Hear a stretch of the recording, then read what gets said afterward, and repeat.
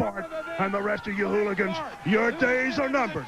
That's right, tonight at the Sportatorium, you will see the man whose father and I fought head-to-head in many, many areas of the world. The master of the Iron Claw.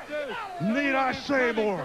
The man that has destroyed more wrestlers than any other wrestler in the history of the sport. And I told you, nobody can break the lethal weapon of the master of the Iron Claw. The man is Kevin Von Erich. Hello, everybody. It's Kevin Von Erich here. It's great to be back in Dallas. Tonight, I'm going to be doing something probably none of you are going to believe, but it's going to be Akbar in my corner against Greg Valentine. Now, I know you may think I'm crazy, because Akbar is, he's Akbar. But anytime Akbar said he's going to do something, he's done it. If he says he's going to throw fire on somebody, he does it. If he says he's going to hurt someone, he does it. Well, tonight, Akbar is going to be in my corner, and I'm going to be going against Greg Valentine. You remember Johnny Valentine versus Fritz, the kind of matches those were? Greg would be in the back watching, and I would be on the other side, and I'd watch too. And I'd look over and I'd see Greg and I'd think, I wonder if I could whip that guy. And he'd look and think the same thing about me. Well, we've wrestled a few times, and now I hear Greg's telling everyone that he's beat me. So come on down, and let's see how it goes tonight, okay? Folks, I'm looking forward to this, and I'm back. And I'm back for a good reason, because competition has come to Dallas, the kind I like. So I'll see you in the ring, and I'm going to give it all I got. I'll see you there. Our second match, and I guess we should tell you that it is Chico Caballa against Al Walker, but I am stunned. I am absolutely speechless. Tully Blanchard has joined me here, and I wanted to hear your comments, Tully. Akbar has just told us that he will be bringing in tonight Kevin Von Erich to take on Greg Valentine. Now, the Valentine-Von Erich family, those two have feuded for years, but I just cannot believe Von Erich being managed by Akbar. Well, Joe, you know, I tell you, it's a picture is worth 1,000 words. We can talk about it, we can hear about it, but the thing about it is we saw it. Skandar Akbar and Kevin Von Erich. I tell you, we got great action here with the NWA, but Joe, who would have ever thought it? I'm just lost. I mean, in the ring, we've got a really good match with Al Walker and Chico Caballa, and I don't mean to slight them, but I've got to tell you, that's one of the most historic announcements in the history of wrestling. Akbar and his Devastation Incorporated against the Von Erichs just shook this building for many years. And the Valentines, I mean, obviously, Kevin Von Erich wants so much to get into the ring again against the Valentine because of the feud between their families. As he said, he'll take Akbar's money. Well, you know, Joe, you sit and you think about it. You talk about all the professional wrestling that there is on television, and you talk about Kevin Von Erich maybe never coming back to the ring. You talk about Tully Blanchard never getting back in the ring. Jim Crockett Promotions is putting it all back together. The NWA, the National Wrestling Alliance, is putting it all back together. You're seeing young stars like this that are trying to make a name for themselves. And, you know, you talk about Kevin Von Erich, you talk about Greg the Hammer Valentine and the great matches of Fritz Von Erich and John Valentine. And, you know, I tell you what, you can't throw away Joe Blanchard. No, my father has been in this squared circle in the Sportatorium many, many times in Dallas, Texas, and bled and fought Fritz and fought Valentine and Wahoo McDaniels and all the great names of professional wrestling that have been in this thing. It's only right that Dallas, Texas regain the place it is in the wrestling world, and the National Wrestling Alliance becomes the capital in Dallas, Texas. Big D, the home of world champions, in and out, except for maybe basketball. But I'm going to tell you what, Jim Crockett Promotions, the National Wrestling Alliance, have put it all back together. They've been able to put it back together to get a Greg Valentine back in the ring, to get Kevin Von Erich in the ring. And you know what, Joe? To see two guys like this, even get Tully Blanchard back in the ring. Back into the ring. When Flair couldn't do it, WCW couldn't do it, but it took Jim Crockett and NWA to get it happen. Well, I know, Tully, we're going to see you in action later on today and in today's program. And you know, Tully, if somebody had told me that tonight at the Sportatorium, Kevin Von Erich was going to take on Greg Valentine for the North American title, that alone would have been a big shock. But if you had told me who Von Erich's manager was going to be, that it was going to be Skandar Akbar, I would have bet the mortgage. But we just saw the announcement. It's going to happen tonight. Well, you know, what about Chris Adams against Tully Blanchard? Well, who would have ever thought that? All right, I was gonna bring that up. You're gonna be out here for a few minutes. I was gonna bring up what happened last week, and I was gonna ask you your thoughts on that. But right now, Cabello is at the top rope, comes down, cross body. That was close right there. Actually had a little bit too much in it, and now a drop kick there. That time, Walker just throws the drop kick aside. Well, you know, you talk about Chris Adams. There was some potential there. He's a very, very talented wrestler. I know he's wrestled a lot of people. 2, 3 count. That's it. Belly to back gets you. We'll a talk 3 about count. Chris Adams in the next segment. All right, your winner there is Cabello. And as we go back and take a look, a missed move leads to the opportunity on our instant replay. Cabello there with the belly to back, and there is your 1, 2, 3 count, and Walker very surprised, but Cabello is the winner. We'll be back, but we're going to go right now to Bonnie Blackstone. She has got Greg Valentine, and I'm sure that he has got some interesting words. Bonnie Blackstone back with you once again with a lot of excitement with NWA Championship Wrestling. I'm here with the North American champion, Greg the Hammer Valentine. A lot of excitement going on at the Sportatorium. A big can of worms opened up. General Skandar Akbar and this alliance now with Kevin Von Erich, of all people.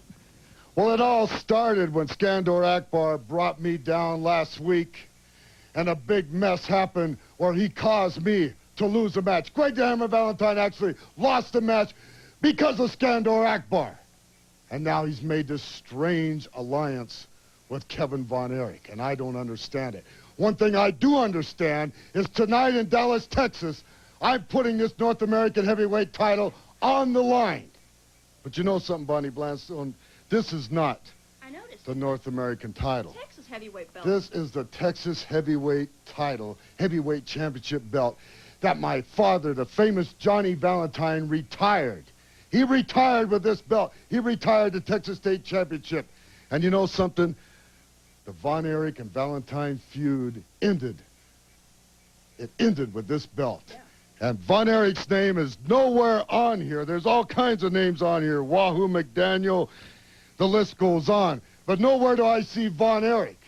Von Erich, tonight, we're going to find out who is the greatest, Valentine or Von Erich. And you're looking at it right here. The huge man you see in the ring, he is taking on Rick Guerin. And Tully, I know you know a little bit about this man, Big Ed Brock. You've seen him wrestling some over on the East Coast. Well, you know, Joe, Ed Brock is a man trying to make a name for himself, as a lot of people are. You know, you want to be something. You want to play for the Dallas Cowboys. You want to be a world champion. And you look at Ed Brock, he's out here using intimidation tactics. He's got 21, 22-inch arms. He's aggressive. He's everything that you might want in a professional wrestler. Oh, my goodness. He seems to have a very roughhouse type style. And it's stuff like that will make a name for yourself. But, you know, last week you saw Chris Adams and myself in a tag team match, and everybody makes a few mistakes. And Chris seems to be a little bit upset with me, you know, because Michael Hayes moved, and I accidentally hit him with an elbow. But, you know,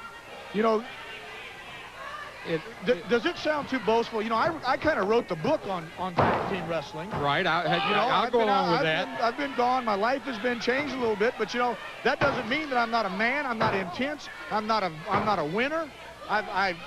And you know, Chris wants to sit out here in Dallas, Texas for all these years and talk about being somewhere. Well, I was all over the country. I was all over the world, being the world's tag team champion, being the world's television champion. You know, and Chris Adams wants a little bit of me. I'm not afraid of anybody. But Tully, you know, that was an accident, obviously, last week, and I just hate to see you two, you know, go at it. Hopefully this match tonight at the Sportatorium will be a clean, scientific match between two scientific wrestlers who just need to get something out in the open. Well, it's really a test of two different areas of the United States. One that wanted to be great, one that was great, finally mixing. The National Wrestling Alliance is putting it together. Jim Crockett Promotions is putting it together. And I'm going to go to the ring intense to win, and that's just the way it is. Well, as I said, I just hope tempers don't flare up, and I hope you two can have a good wrestling match. Just remember, that big sign outside the Sportatorium says home of NWA Wrestling. And Lord, I mean, Tully, I know that if there's anybody out there that knows how to do it both ways, it's you. But, you know, the Tully Blanchard that we've seen of recent, I hope you guys get in the ring and have a good match. Well, Joe, I'm going to be there tonight, and I have never forgot that the marquee said wrestling, and I was very, very good at it. Oh, I wore many, many championship belts. And I'll tell you what, ladies and gentlemen, tonight Chris Adams is going to get a wrestling lesson, if nothing else. All right, Big Ed Brock has got Rick Guerin, and he's, you know, he is quite a bit larger, and he so far has just actually been pummeling Rick Guerin. And it seems like every time Guerin tries to go on the offense, Brock comes back and does something like this, takes and just throws Guerin into the corner, clotheslines him down. And things don't look very good right now for Rick Guerin, but I'll tell you, I have seen young Mr. Guerin in some matches previously, and he gets his high-flying act going and his finesse act going, and he may just turn things around. Well, I'll tell you the truth. Good move by maybe Ed not. Brock right there. There's your three count. All right, there is your winner, Big Ed Brock trying to make Brock. a name for himself, Joe. I tell you, it's something else. Let's go back and take a look on our instant replay. You see him throwing Guerin into the ropes, and as he comes off, swings him around, drops him down, and gets the 1, 2, 3. Tully, I know you've got to go. You have got a match coming up, and we're looking forward to seeing you in the ring, and I guess good luck tonight against Chris Adams. Well, thank you. We'll be back with more, including Tully Blanchard in the ring right after this. Welcome back to NWA Championship Wrestling. In the ring now, Tully Blanchard. He is taking on Dan Davis, and joining me at ringside is the other half of the match we were just talking about that will take place tonight. Gentleman, Chris Adams. And Chris, welcome to ringside. We're going to be seeing Tully in the ring now. I know that there was a little problem last week, but as I told Tully just a few minutes ago here on the program, I hope tonight you two can go in the ring, have the kind of scientific match that you two could have, and just get this behind us, and just, you know, have it, as I reminded him, it's wrestling. Well, I hope so, Joe. You know, I just like to tell you what a pleasure it is to all of us to be back together. You know, the NWA is in Dallas now. It's the nucleus of wrestling. It was the start of the great professional wrestling, in my opinion, and it's here in Dallas, and I'm really, really pleased to be part of it. You know, Tully is a great wrestler, but to me, I've been watching Tully all through his career. He's been watching me all through my career. In my opinion, Tully is a fantastic wrestler, but he has this attitude problem. Now, I don't know if he's got rid of the attitude problem or whether he hasn't, you know, but last week, he says it was an accident. I do believe it was an accident, but there's no need to mouth off at me, you know, when we got outside the ring. You know, that was totally uncalled for. Well, like I said, let's just, tonight at the Sportatorium, let's just have a good match and show the fans and the viewers that will be there a really good quality wrestling match. Now, right now, Dan Davis taking some shortcuts against Tully Blanchard. Probably not a real good move because Tully wrote the book on a lot of these shortcuts. That's exactly what I'm trying to say, Joe. You know, he wrote the book on the shortcuts. I hope it's a clean wrestling match tonight, I really do. But if he does take shortcuts, I think Chris Adams can take a few shortcuts too. Chris, let me ask you, you saw the announcement a little bit earlier by Skandor Akbar. He is bringing in the return of Kevin Von Erich to take on Greg Valentine. I don't know about you, but I went into shock. I went into shock too. I mean, you know, what's the deal? Akbar, longtime enemy of all the Von Erichs, not just Kevin. I don't know whether Akbar's had a change of heart. I don't know whether I just think he's desperate, and I think he went out and found somebody who wanted to get in the ring with a Valentine, Greg Valentine, more than he cared about who his manager was. And I think Von Erich just knows that Skandor Akbar wants to get back at Valentine too, and they're teaming together. But what a shock. History tonight. I mean, as many times as history has been made in the Sportatorium, it will be made tonight, in my opinion, in one of the biggest ways ever. It really will. I mean, you know. What a move by Rick Guerin there. Looks like Tully's Dan Davis. Dan Davis comes off and does a jawjacker, and I don't think Tully was expecting that, and now several boots to the chest of Tully Blanchard. I hope that Kevin can trust Akbar. That's all I need. You know, that's all I really need to say about that. I will be watching from the back, though, Joe, because I know Akbar of old. I hope the thing works out, but, hey, we'll see. There is a clothesline, and Dan Davis drives Tully Blanchard to the ring. Picks him up, goes for a slam, slams Tully Blanchard, and now drops an elbow right down onto that chest. Obviously, Davis is trying to take the breath away from Tully Blanchard and make it harder for Tully to breathe and stop that flow of oxygen. But there's the kind of thing we were talking about. Yeah, that shortcut, Joe. You know, Tully, I mean, he was member of the Four Horsemen. He's been World Tag Team Champion. He's traveled all over the world, and that's all fine, you know, but it just goes to show you cannot be a nice person in professional wrestling. This is professional wrestling, and after all, we are out there to win. And you know, Tully, if you're listening to me right now, you may as well know that I will be out to win. I know you will too, but I think it's going to be not only a wrestling match, but it's going to be a fight. A standing drop kick by Davis on Blanchard, and Tully Blanchard catching Davis as he comes in. Blanchard is going to have to go back on the offensive in a strong way here. Blanchard has been down, you know, much more than this, Joe. You know, during the Four Horsemen, they had some fantastic battles with anybody and everybody. And I think Tully has been through everything that there is to go through, and I feel secure that Tully will probably pull this match off. Tully Blanchard now with reverse chinlock on Dan Davis.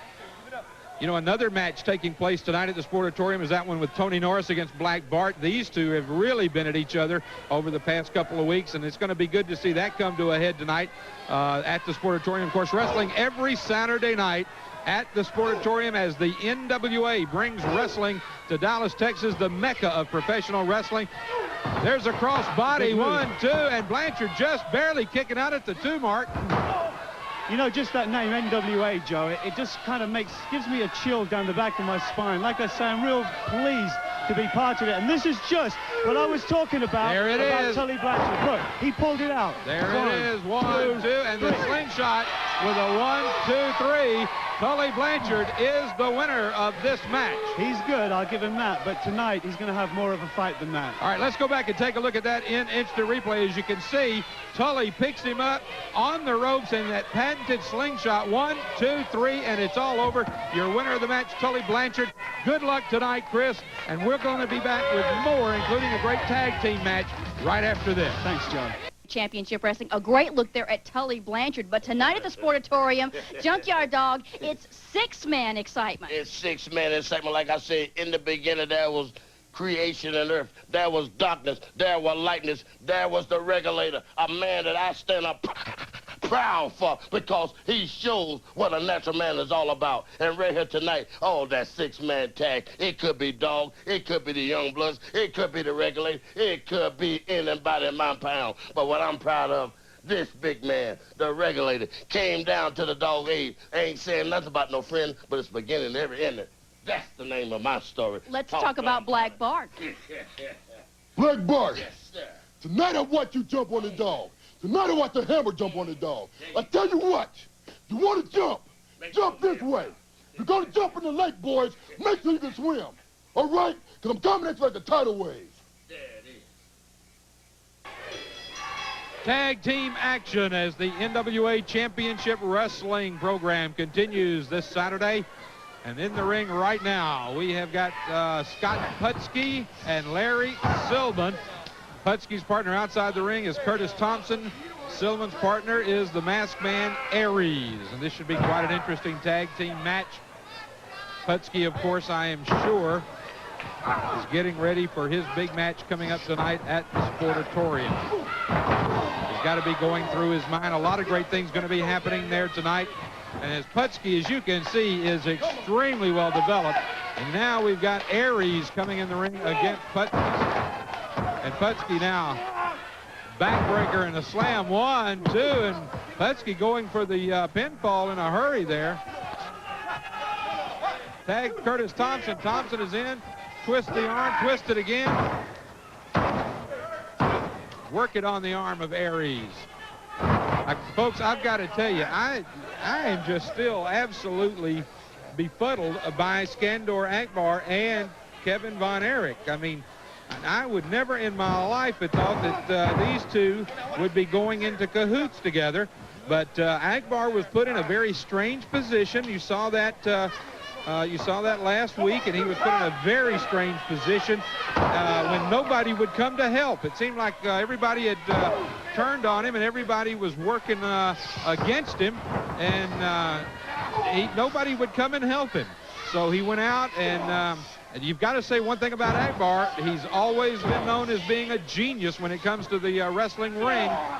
And he figured out the one man out there who could maybe take up his role and go after Greg the Hammer Valentine, and that was Kevin Von Erich. Many people here in Texas will tell you the only besmirchment on the Von Erich name came from the Valentine family and one Johnny Valentine. And now Kevin Von Erich sees the opportunity to rectify that, and he is even willing to be managed by Akbar to do that. So it is going to be a very interesting match, and all I can say is, of course, our fans watching in Atlanta, it's going to be a little bit of a long ways to go. But for you fans in Dallas, I urge you, be at the Sportatorium tonight to see that match. Putski and Aries now. And Putski over. Aries working on the arm. And Aries has got Putski down, and he's working on that arm. He's twisting it. He's got it barred, which of course is putting pressure not only at the shoulder, but on the elbow and the wrist. And now look at how he's got that turn. He is putting intense pressure. And let me tell you something, folks. No matter how muscular you are, those joints are not meant to turn that way. And there is a lot of pain involved. Aries brings Putski up. Now where's he going to take him? Just rams his head back down, and you can see the arm just sitting there. Aries going after it. Putski turns over. Aries comes off, comes down. Putski moves, and Aries hits right on the mat with the elbow. Tags in Larry Silman.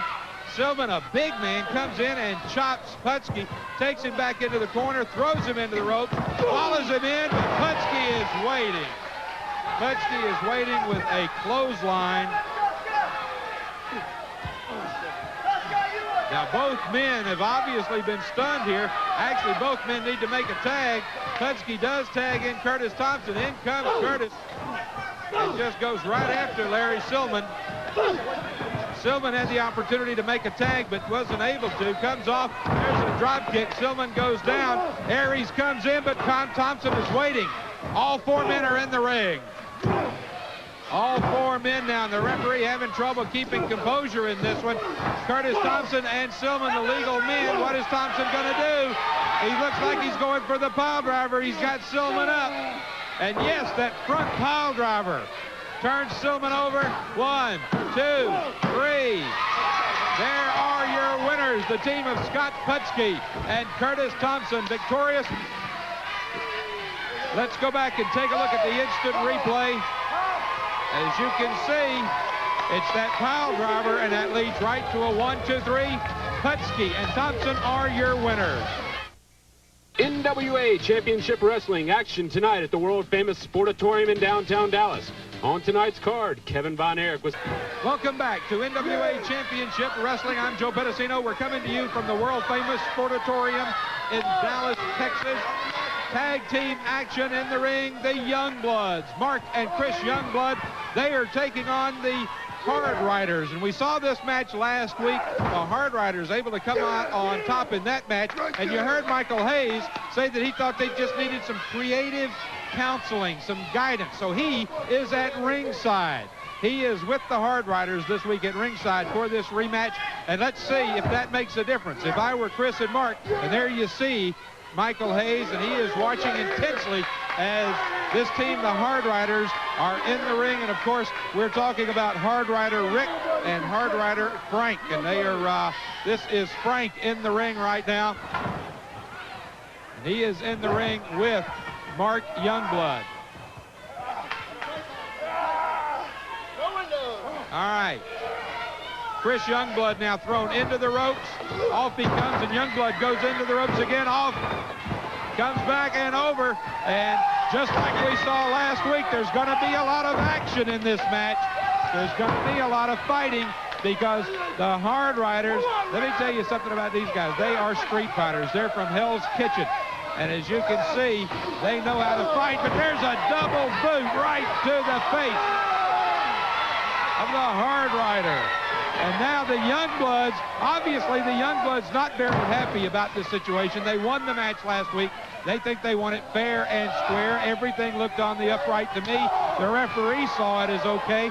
It seems that the Hard Riders and Michael Hayes were the only ones who didn't think that it was right. So tonight, Michael Hayes at ringside says he'll keep an eye and he'll tutor, if you will. He will give, I like his wording, creative consulting to the team of the Hard Riders. And now you see the Youngbloods working on the arm of the Hard Rider. Hard Rider Frank goes down now to the mat. 1, 2, and he gets his shoulder up in time. As the Youngblood there has him down. Look at him twisting that. Can you see now? Good camera work. Could you see how that wrist was being bent back and pushed against the mat? A lot of pain there. The Youngblood tagging off again. Mark Youngblood in the ring. Brings the arm over. Got it now in a hammerlock. And Hard Rider Frank with a yank of the hair. Hayes not very happy about what he's seeing in the ring right this minute. There's a reversal. The Hard Rider throw, and hey, I got to tell you, it was a good move. It was, you know, I'm not happy about it, but it was a smart move on the part of the Hard Riders. They literally threw Mark Youngblood into the other Hard Rider who was outside the ring. There's a tag. Now they've got that 5 count to throw him in. There's a double kick. Now they're coming off the ropes, and a hard slam face first into the ring. The Hard Riders now taking over on Mark Youngblood. Bringing him over, and let me say this. You can see the influence of Michael Hayes already on the Hard Riders. You can see that they are using that street fighting, but they are now using some tactics. Hayes has always been the master of this chess game we call professional wrestling. He's always been 3 moves ahead of his opponent. He's always tried to stay just a step ahead. And this looks like what he's brought to the Hard Riders. As you can see right there, that's exactly what's happening. The Hard Riders have literally just polished up some of the moves they've made and done a lot of things now to polish up their ring tactics, and you can see a difference right now in the team of the Hard Riders as they are taking it to the Youngbloods. Mark over the top, 1. And you can see Hayes telling the referee, hey, you only got a 1 count. Get a hold. Let him make it work. 2, 3, go. They are continuing to work over Mark Youngblood. You can see a difference in the Hard Riders this week. Their tactics, their teamwork, their thinking, their strategy, and this means a lot of trouble, not only for the Youngbloods, for other teams here in the NWA. Because if this team comes under the tutelage of one Michael Hayes, as you see right there, then it's going to mean trouble for a lot of tag teams. The Hard Riders right now just absolutely have the upper hand on Mark Youngblood. And Mark trying to fight his way out of the corner. He's got to work on both men, but he's trying to fight out and just not able to make it so far. The Hard Riders keeping him in the corner. And once again, you wonder if that is something that Michael Hayes has taught this team. Now look at this. While one Hard Rider keeps the official at bay, the other Hard Rider does the damage on Mark Youngblood. There's a tag. A chop by Mark Youngblood.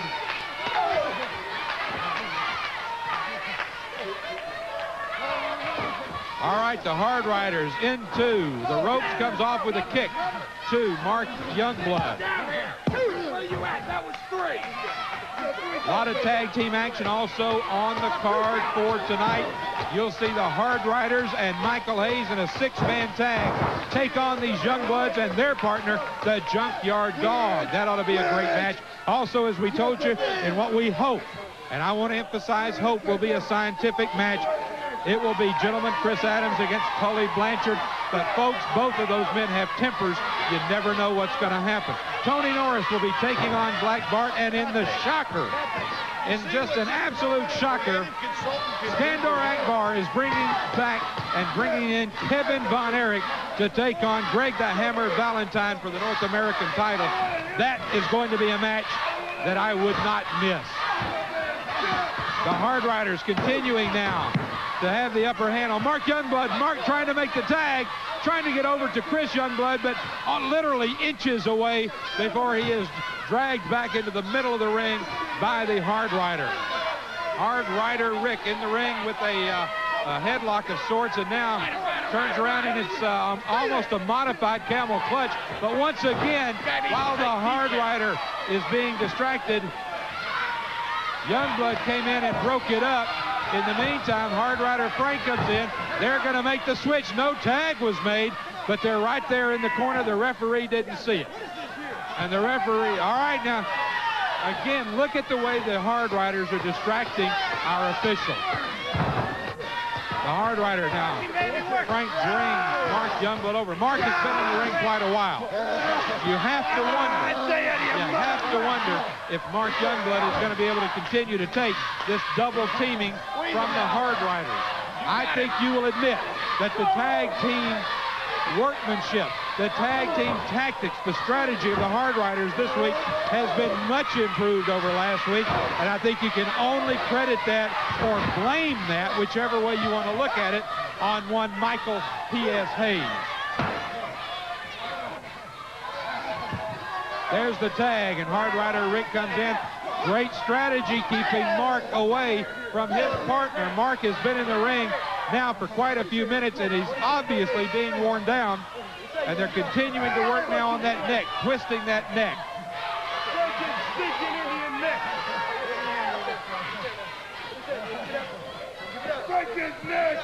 Keep it up. Great wrestling action in the ring today on NWA Championship Wrestling.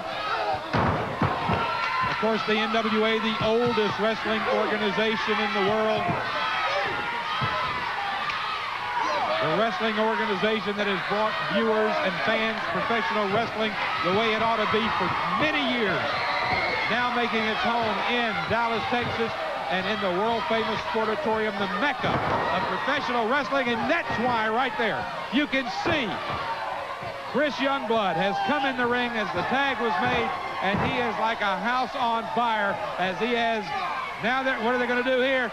Ram the heads of the Hard Riders together, and then double drop kick. Outside the ring, Michael Hayes is going nuts. Double chop. Hard Rider Frank in the ring right now. Up he goes. Now, look at this move. Literally slingshots him over the rope. 1, 2, and Hard Rider Rick gets in the ring just in time to make the save. Michael Hayes directing traffic from outside, not very happy. All four men are in the ring. In one corner, we've got a Youngblood with the advantage. In the other corner, it's a Hard Rider. There goes into the corner, and as you can see, a big boot right to the face. This one is getting out of hand. All right, here goes Chris Youngblood to the top rope. Just like last week, he's going to come off with that chop. Wait a minute, Michael Hayes goes into the ring. Michael Hayes goes up on the ring apron and knocks Chris Youngblood onto the rope. And there is a DDT. 1, 2, 3, and it's a different case this week because of the outside interference of that man right there, Michael P.S. Hayes. Let's go back and take a look. There goes Youngblood up on the rope. No doubt he's going to come off with that chop, and we're going to have an ending just like last week. But no, Hayes knocks him off into the ring. At that point, it is a DDT and 1, 2, 3. Wait a minute, let's come back and go to ringside. Mark Nolte has these men at ringside. Freebird Michael P.S. Hayes, your consulting was a little more than just creative, but still it's a very impressive win for your team.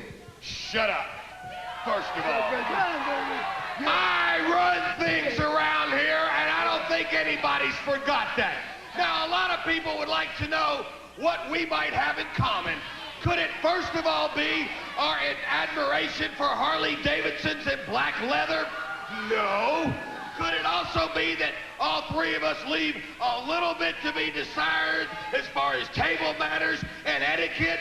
No. Could it be that all three of us feel that women are only good for three things and they can't do but one of them right? No.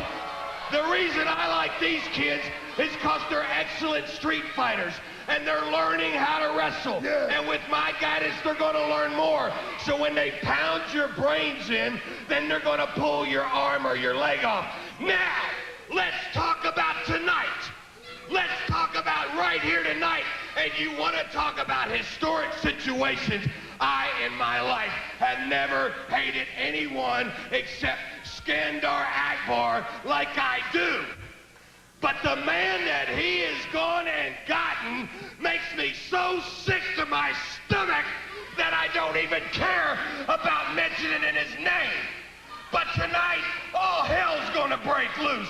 And part of it is going to be with me and my boys in a six-man. And these idiots over here went and got the Junkyard Dog. Well, Junkyard Dog, you're no stranger to me. But there's something that's going to be a little bit stranger to you. This is Dallas, Texas. This is the Sportatorium. And history goes down when I say it does. For Joe Pedicino and Bonnie Blackstone, my name is Mark Nolte. Thank you very much for joining us, and we'll see you right here next week. For Tully Blanchard faces Chris Adams. We'll see Chico Cavello take on Jeff Gretler. Chaz, the Gangster of Love, will face Dapper Dan. Action Jackson goes against the Wolfman. Six-man tag action with the Youngbloods and Junkyard Dog facing the Hard Riders and their creative consultant, Michael T.S. Hayes. And in our main event, Sam Houston will face Buddy Landell. It's an hour you don't want to miss from the NWA. Hi, everybody, and welcome to NWA Championship Wrestling. In the ring, Tully Blanchard and Chris Adams. We are joining this match in progress. There are always some great main event matches that we don't show on television every Saturday night at the Sportatorium. Well, of course not, because we're not, catering to these freeloaders who sit at home and don't have nothing but... They're our fans. Okay, but their fans are not. They're freeloaders, and if you're going to see the big deal, you're going to have to come down here. And if you don't hurry up, you're not going to get a seat.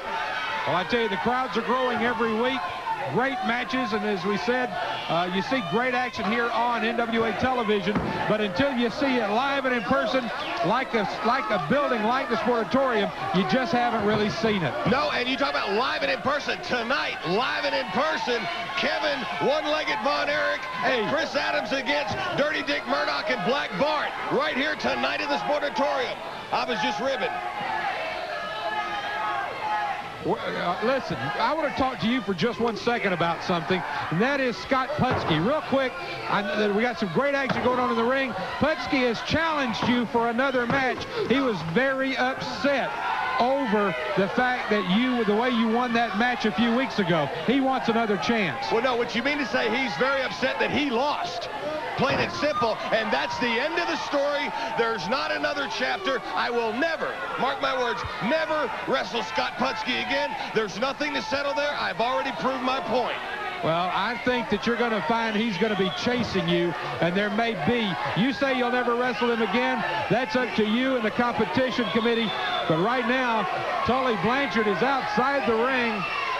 Now, all right, here goes Chris Adams. This is always a dangerous situation when the two men are outside the ring. Well, James Beard right on top of the action, and I do not envy his position right now. I do not envy him. He's trying to get one of them back in the ring. Blanchard's back in now. Blanchard goes into the ropes, comes off. Adams knew what was coming, and both of them trying to think one step ahead, and it ended up with them head-to-head right in the middle of the ring, and they're both down. Well, these guys have been going a long time. You can see fatigue starting to settle in. But we're going to see who's in the best shape and who can really suck it up here. Adams head first into that ring mat. Blanchard with a quick cover gets a 2 count. Blanchard going up onto the top rope. Up on the top rope, but Adams comes up, catches him. Now where are we headed? Superplex. It looks like Chris Adams is going for a superplex off the second rope. Does he have the strength? No. Blanchard, in a very smart move, wrapped his foot around the turnbuckle, and that stopped any momentum that Chris Adams may have had. But as you can see, Blanchard is in just about as bad a shape. Well, I'm telling you, that was a move that was made out of desperation. He's very fortunate that he was able to block that superplex. But nevertheless, he's still, you know, worn down. Adams with a 1-2 almost. The crowd really going back and forth in this match. Sometimes you'll hear them cheering for Chris, and then sometimes they turn around and cheer for Tully Blanchard. Most time they cheer for me. Well, you're seeing a really good wrestling match. And there you have Blanchard just pulling Adams over him through the middle ropes and out. Now, Tully was smart right here. I know it's hard for him to, you know, gather his senses, is to get away, let the referee do the count, because Adams, he looks like he's worn out. He could get counted out here. That's it, Tully. Get away. Let the referee start counting it. Well, he's not listening to you, Michael. He's going out after him. Oh, well, there's a first. Takes him and just rams the small of his back into the edge of that ring apron. Now pull him in. Blanchard going back in the ring, and that's what he's doing. He's pulling Chris Adams back in. Now that's a legal blow. It's on the outside. It's between the 5 count. That's the side of the fist. Well, so far we've been lucky that we haven't seen their tempers just take over and take them off on this match. Both men exhausted. You can tell that this match is taking its toll on both of these competitors. But, Michael, I don't know about you, but it just tickles me to see a good, honest, hard-fought wrestling match going on here in the NWA in the Sportatorium. Well, I'm glad that you're tickled, Joe, but what tickles me, it's amazing that it was that I caused these two guys to have a victory that caused this fallout that created this match. Well, that's true. It was all your fault. No, it wasn't my fault. It was that stupid, dumb Pollock, Scott Putsky. I'm sorry I said I'd never mention his name again because he's gone. Who cares? I'll never wrestle him again. He's not gone. Well, he's gone from my book of life. All right, from outside the ring, over the top rope. He's got him rolled up. 1, 2. That was close. That could have gone either way. A lot of the fans here in the Sportatorium think that that could have been a 3 count. And Blanchard back on top. We remember last week the resiliency he used in defeating Perry Jackson, Action Jackson. He stayed with that pinning combination, stayed on him, and it proved very successful for him. And now here come the fist. All right, Chris Adams now with an elbow to the side of the head. I tell you right now, if I was one of them, I might want to get an excruciating wrestling hold. One, to catch my breath. Also, to cause the other guys some more pain. They are both fatigued. They both need a rest period, if that was at all possible. Unfortunately, in pro wrestling, and especially the NWA, no posible. I know Spanish. Yeah, no timeouts. Yeah, I know Loretta, and Chiquita. Body slam by Chris Adams. Now Adams going to the top. You got to question this. He made a complete body slam. Blanchard is laid prone on the mat. Adams to the top. Risky maneuver. And just as you said it, Michael, Blanchard brought up his knees and Adams came down right across those 2 knees, literally just knocking the air out of Chris Adams. Well, I'll be the friend. Blanchard, 2, no. I'm going to tell you, it's easy here to be an armchair quarterback and second guess what's going on. It's a lot harder when you're in there doing it. Well, as we just heard, there are 2 minutes left in this match. And I bet it's going to feel like 2 hours to them, Joe. Blanchard now pulling Adams up. Adams blocks it. What Blanchard has to be careful here, Joe, is Adams hitting with that super kick. It's almost a slugfest in the ring right now. And Adams just stomping on Tully Blanchard and now standing up on the throat. This is what I didn't want to see from either one of these 2 men. The referee counting. Adams needs to get him back in the ring, try to set him up for the super kick. We've got to have, what, only a minute and a half left. You need to capitalize. Go for the victory.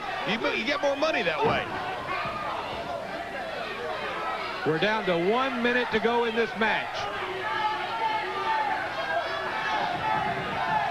Tully Blanchard, Chris Adams, both men absolutely whipped after going this long in this match, and now the question is, will one of them be able to pull it out? A kick to the head of Tully Blanchard. There was a roundhouse kick. Does Adams have enough left to crawl over and capitalize and get the victory?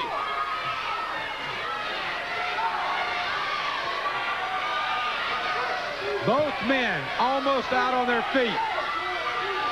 What a match. Time is winding down. Adams again going. Tully pulls Chris Adams down off the turnbuckle. Beautiful maneuver. Blanchard setting up for a slingshot. We're down to next to nothing. No time. We are running close. 1, 2, and he kicks him off. We have got to be down to literally seconds. There's a clothesline. What great wrestling and counter wrestling. Going up. Adams is going up to the top rope. And there he comes. Whoa. The bell rang and the time ran out. It's hard to say if he would have got the 3 count. Time has run out. Folks, it's a time limit draw between these two men.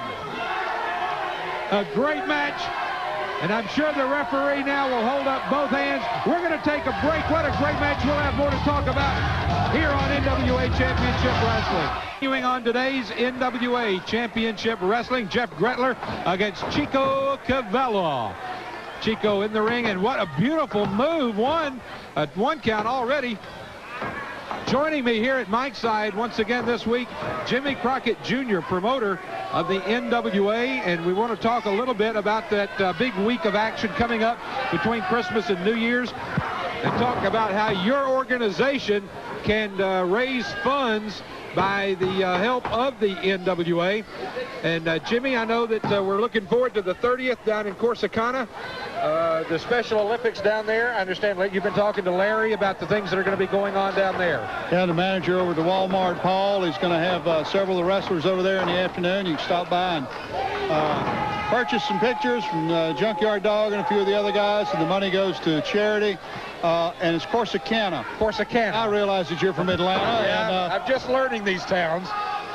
Jimmy, I know that the NWA has always been very big in fundraising, and that you'd like to extend an invitation to some people out there. Wait a minute.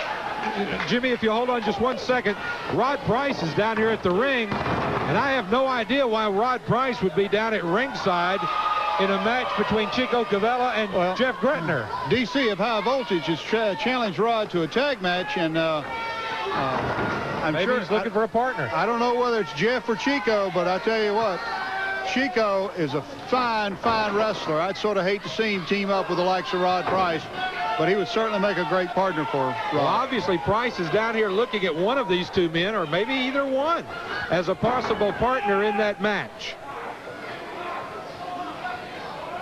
An unusual form of a chin lock there, as he's got it almost, well, it's instead of a reverse chin lock, it's almost just a regular forward chin lock, and Chico now turns him around, brings him over. As you said, he's a great wrestler. Well, Jeff Gretler is a young man who has really been climbing the ladder of wrestling recently, and all he needs is that little polish that Rod Price could bring and take him to the next level. So whether it's Chico or Jeff, I don't know, but he's going to have to get a partner soon, because I don't think AC and DC are going to wait. No, I know that they've been making quite a challenge ever since last week when we saw Rod Price in that victory over DC.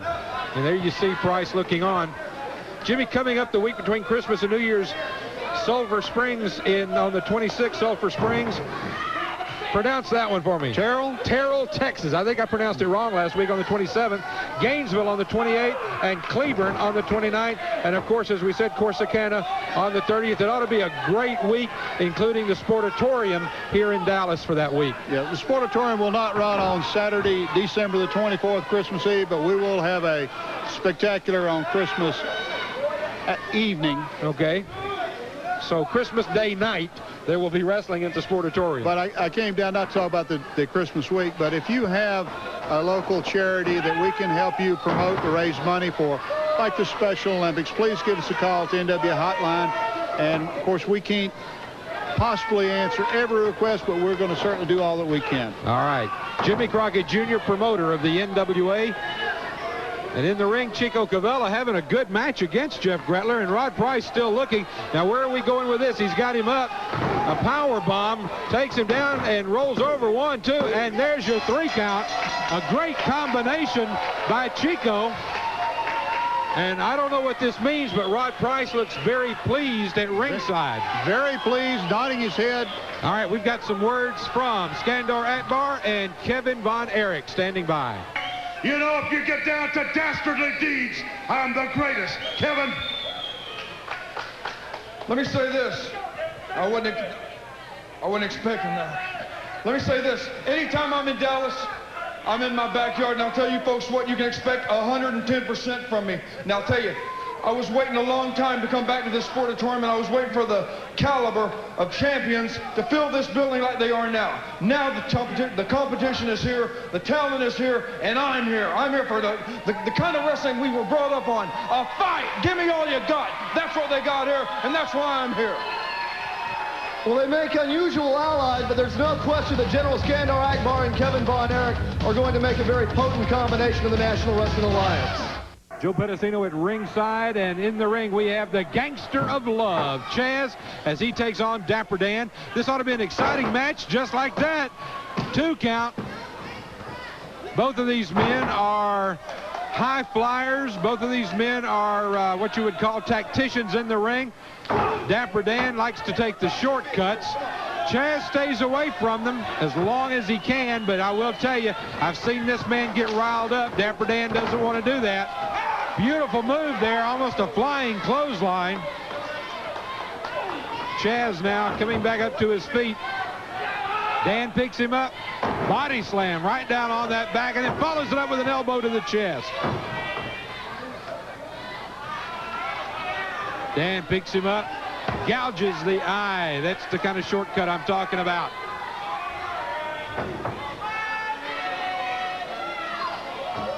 Great night planned for tonight at the Sportatorium. Of course, all your favorite NWA stars are going to be there. Plus, tonight, get this. Tonight is old-timer Texas shootout night.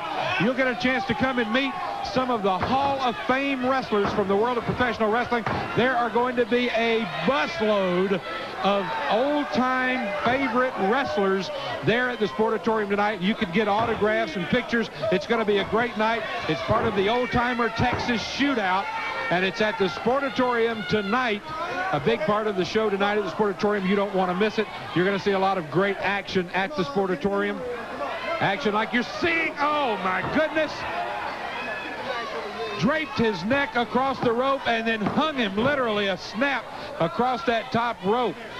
Dapper Dan back now into the ring, and Chaz fighting back. I think Chaz may have figured out that he's going to have to fight fire with fire in this case.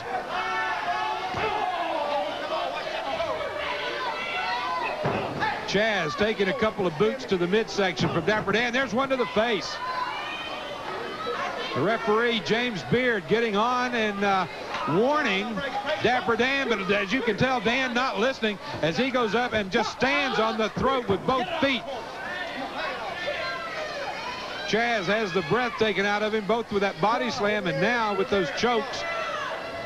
Imagine having the full weight of another human being standing on your throat. That's what Chaz has just been through. And now a roll up, 1, 2.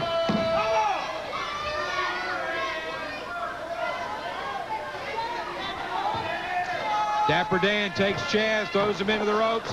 Off he comes, and there's an elbow. Dan flying through the air, lands an elbow into the chest of Chaz.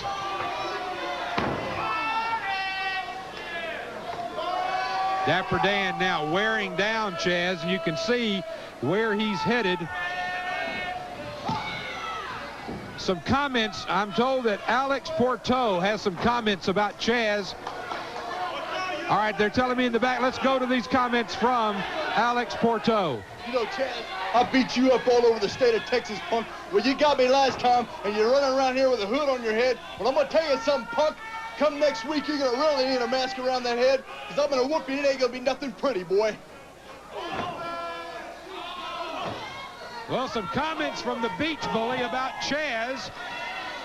I'm sure that Chaz has other things on his mind right now. He's got this match, for one thing, I'm sure, as Dapper Dan has probably surprised Chaz. Oh, my goodness, into that turnbuckle, and a suplex from Chaz. 1, 2, and a 3 count. Chaz with a quick move, able to overcome. Dapper Dan had the upper hand most of the match, but it just goes to show you it only takes 3 seconds. There's your winner, Chaz, the Gangster of Love. We'll be back. We've got more action coming up. We've got some words from Valentine, Murdoch, and Black Bart. I'm joined by Dirty Dick Murdoch, Black Bart, and the North American Heavyweight Champion, Greg Valentine. Greg Valentine, as we saw a few moments ago, General Skandar Akbar looks like he'll go to any lengths to extract his revenge. First of all, address me as the champ. Just remember that I am the North American champion, and also address me as the master of the figure 4 leg lock. I am the only active professional wrestler today that uses the figure 4 leg lock. And Kevin Von Erich found that out last week, and he better get used to laying flat on his back. Well, Black Bart, you're certainly familiar with General Skandar Akbar and what he's capable of. You know, General, you made the biggest dadgum mistake of your stinking life. Look around me. Greg the Hammer Valentine, Dirty Dick Murdoch. You line them up, Mr. Crockett, and I'll guarantee you we'll knock them down. Ain't that right, Dickie? You know, I have never been so sick in my life as I heard Kevin Von Erich get up here and say, when I'm at the Sportatorium in Dallas, Texas, I'm in my backyard. What a filthy cesspool place to be in Dallas, Texas. You understand? Dallas, Texas is a filthy, trash-filled place. Now, when you step up in the Panhandle of Texas and the Amarillo, that is when you come to God's country, to the great state of Texas. Now, Von Erich, you will never be champion because you can't beat us. A very confident trio, Greg the Hammer Valentine, Black Bart, and Dirty Dick Murdoch. The action continues today on NWA Championship Wrestling. Hope you're having a great Saturday morning. In the ring, Action Jackson against the Wolfman. And you know, we talked a lot about Action Jackson last week. Always giving 100%, always in there, giving his best. A lot of people tell me, and I agree, that this man is a role model that the kids out there can take a look up to and see the work ethic of America. Action Jackson is the kind of man that you kids can look at and see what it's going to take to be a success. He's been around wrestling for quite a while. He's been climbing the ladder and climbing the ladder, and he always is in there learning. And he's not afraid to take on a challenge, and that's one of the things that's made him into the wrestler he is today. Now, he's facing a very unique man in this man, the Wolfman. He contacted the NWA, passed all of the physicals, and said he wanted to wrestle, so the promoter has put him in a match against Action Jackson. He had better be on his toes if he's going to be able to do anything against Action. Action Jackson just has him back into the turnbuckle now. So far, it's been all offense from Action. There's the butt, and that's probably going to be good night, Irene. There you have it, Action Jackson. Let's take a quick look at the replay. Into the ropes, butt. 1, 2, 3, and the winner of the match is Action Jackson. We're going to take you now to Bonnie Blackstone. She is standing by with Tony Norris and Chaz. NWA Championship Wrestling tonight, the Sportatorium, the Hard Riders against these guys, Chaz, the Gangster of Love, and Tony Norris. What are you going to do? Let me tell you something, Hard Riders. We're not your biker women that'll just lay down for you. We're going to give you a fight. Hard Riders, you meet us in the square circle tonight, you better watch each other's backs, because we're going to be all over you. The flying and the muscle, oh, baby, just watch out. You know, I got a problem. When there's two boys, walking around looking like the village people, calling themselves the Hard Riders. Well, boys, it's too late to check back into the YMCA. They should have started contracts, and tonight is the night. Don't run, don't hide, get on your Harleys and motor on down to the ring, punks, because we're here to stay. You get on your Harleys, just like Tony said. You get on your Harleys. Baby, we got vests. We'll run your Harleys over. We're going to run you over. Get you down in the mat. 1, 2, 3. What do you think about that? Great action tonight. There's still time for you to get a ticket. Six-man tag team action. The Hard Riders, Frank and Rick, and their partner, Michael P.S. Hayes, taking on the Young Bloods, Chris and Mark, and their partner, the Junkyard Dog. I've been joined here by Chris Adams. Chris, what a great match earlier in the night with Tully Blanchard. I was a little bit afraid it was going to get out of hands, but the truth is you two guys pushed the envelope, but it was a great wrestling match. You know what? I feel really, really good, Joe. I mean, I'm tired now. I'm even puffing and panting as we speak. But you know, Tully Blanchard's a fantastic wrestler. I really thought that he was going to go overboard, but he didn't. He stayed within the rules. He stayed within the rules. He stretched the rules to the limit. We nearly sparked off, I'd say at least 20 times, but we didn't. We stayed within the rules, especially he stayed within the rules, and I feel secure and good about that man right now. All right, let's talk about the match in the ring. Six-man tag action. The Young Bloods you are very familiar with, as well as the Junkyard Dog. These men, the Hard Riders, have only been in the NWA now for about a month, but with Michael Hayes at their side as their creative consultant, they've really made a mark on the NWA in the tag team division already. Well, they have, you know, but, you know, earlier on in the program, Michael Hayes was talking about shortcuts. And if there's any man that takes shortcuts, I thought it would be Tully Blanchard, but it's not. You know, Michael Hayes takes shortcuts. He's teaching the Hard Riders to take shortcuts. And, you know, if you want to take a shortcut in professional wrestling, then in the end, you're going to come unstuck. And Michael Hayes, your day is coming, believe you me. Well, as you can see, Youngblood now with almost a 3 count. I mean, within a hair's breadth of a 3 count on that. Tags his brother. You know, you got to see the difference here. The Youngbloods, great talent, great teamwork, not like the undercutting experience, you know, of Michael Hayes. He's been in the business. He's older than water, you know. He's been in the business before anybody else started professional wrestling. But the thing is, he is good. He does know what he's doing. He does take shortcuts to win. And I guess that that's his way of, you know. As you can see, he's an expert at it. Michael Hayes keeping the referee tied up while the Hard Riders double teaming on Chris Youngblood. Well, he's very manipulative. Chris trying Michael to fight Hayes. out, and he does. Fights out. See, Hayes panics. When he can't manipulate the whole thing, Hayes panics, and that's the way he is. And for a while there, I did think that Tully Blanchard was going to be just like Michael Hayes. But I have to say, Joe, he is not. He is all the man and more than I expected him to be. Tully Blanchard, you're okay with me. All right, Michael Hayes throws him in. Now it comes over, and Chris Youngblood is down, and he got out of the way, and there's a chop. Hayes not real happy with the way that turned out.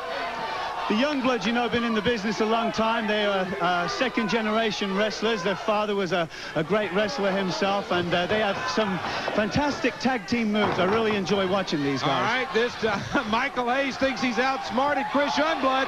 Turns around right into a chop. Oh, and there is Youngblood doing that Fantasia walk that P.S. Hayes does so well, and I don't think that Michael liked that too much. No, he's a coward, you know, like the color of his hair suits him right down to the ground, you know, yellow, and that's Michael Hayes. He starts from the hair all the way down to the streak in his back. Chris, I know you've got to leave. I know you can't stick around, but I want to tell you how much I appreciate you being here and talking to us about your match with Tully and about the match we've got going on in the ring. Well, thank you, Joe, and thanks for having me. All the best to the Youngbloods and JYD. All right, that's Chris Adams. He's going to go to the back. I understand that there's some consultation rather needed in the back. The next big match coming up, Sam Houston and Buddy Landell. Adams very knowledgeable of Buddy Landell, so I'm sure he's going to go back there and talk to Sam Houston about it. In the meantime, Hard Rider Frank in the ring, and he is wearing down Mark Youngblood, and now he's going to take him and throw him into the boot of his partner, Rick. One thing that Michael Hayes has taught this team, keep your opponent in your corner, and obviously he has taught them well because that's exactly what they're doing. Hard Rider Rick stomping on Mark Youngblood.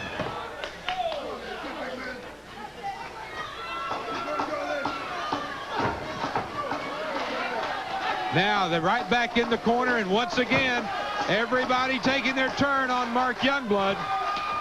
Michael Hayes with a chop.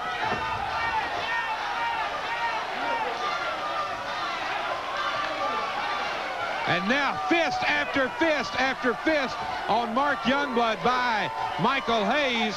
The referee counts him off, and now there you see him strutting his stuff, and there's the walk. Want to make fun of Michael Hayes? You'll probably end up paying for it. That was the message that he just sent to everybody. Right back into the corner, and again, triple teaming coming on Mark Youngblood by the Hard Riders and Michael Hayes.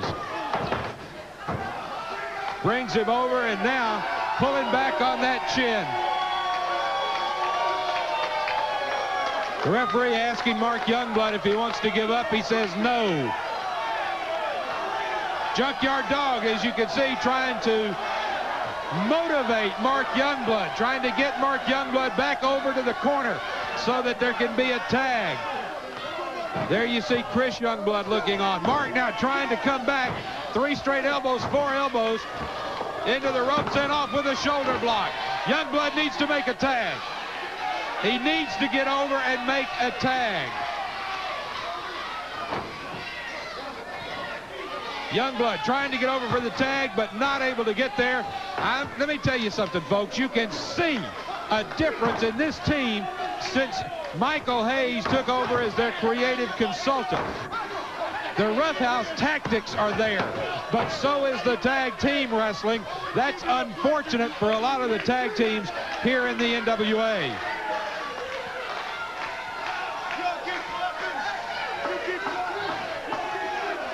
Michael Hayes with that look on his face. Folks, I want to take this opportunity to thank you for having us in your home on this Saturday morning. We appreciate the fact that you tuned in to see great NWA wrestling.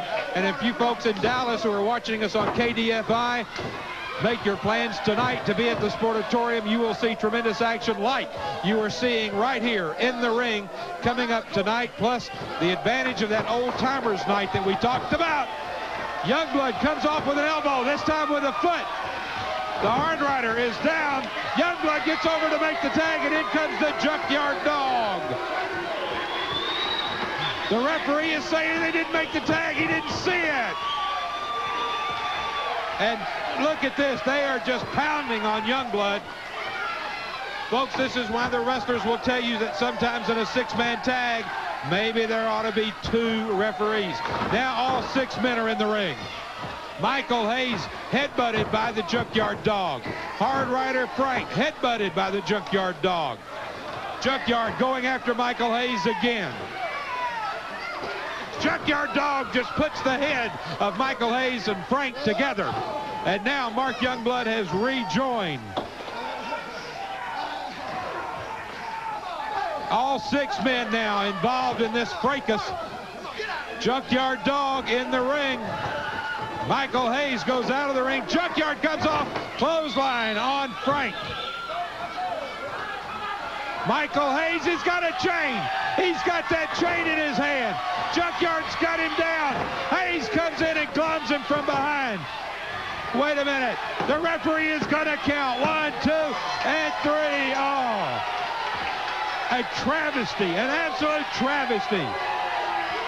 An absolute travesty as the Junkyard Dog goes down because of that chain from Michael Hayes. But the Hard Riders and Hayes win the match.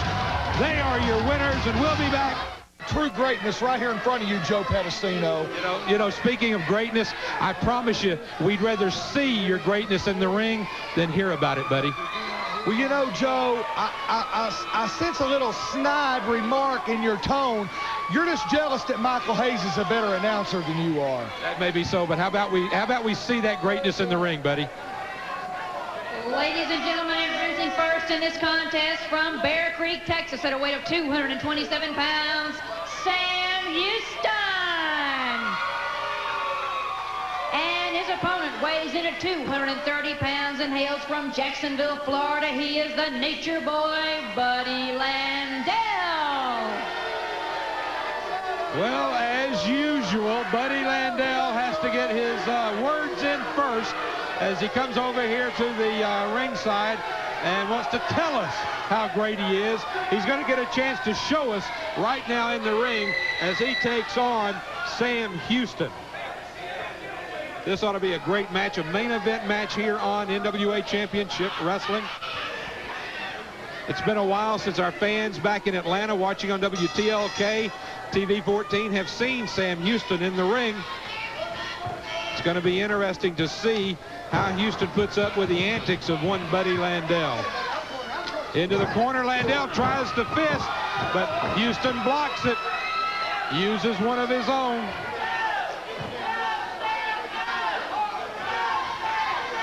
Ladies and gentlemen, I've just been told tonight at the Sportatorium, Rod Price and Chico Cavallo will team up to take on High Voltage. So evidently, Rod Price did convince Chico Cavallo to be his partner, and tonight at the Sportatorium, they will take on High Voltage. That ought to be an interesting match. High Voltage has, of course, had that challenge out to Price to take the match. And now I'm told the match will take place tonight at the Sportatorium. Sam Houston and Buddy Landell lock up, and they're in the corner now. The referee will break this up. Landell slaps. Now, that was done to aggravate. You know that didn't hurt. It was done to aggravate, and as you can see, it was successful.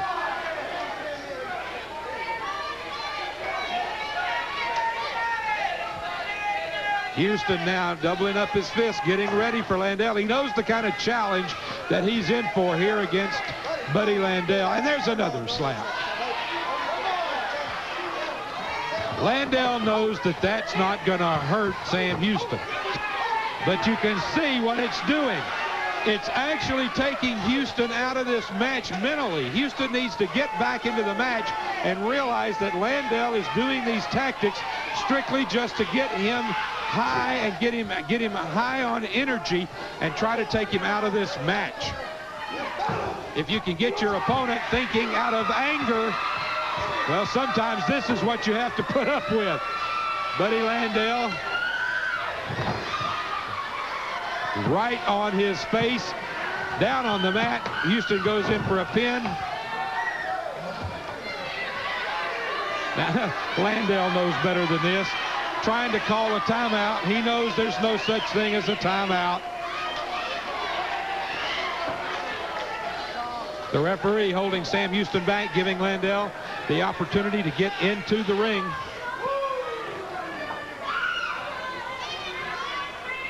Landell backing up. Sam Houston stalking Landell. Buddy Landell with a knee to the midsection of Houston, and now a fist right to the side of the face.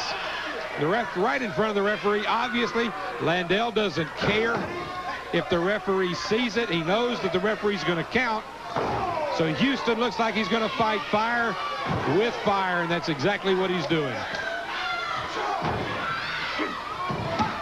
Referee with a 2 count. Houston telling him to come on and get up. Landell just backs away.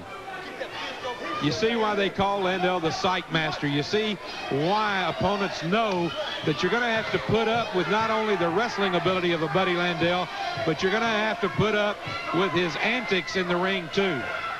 He is there to disorient his opponents.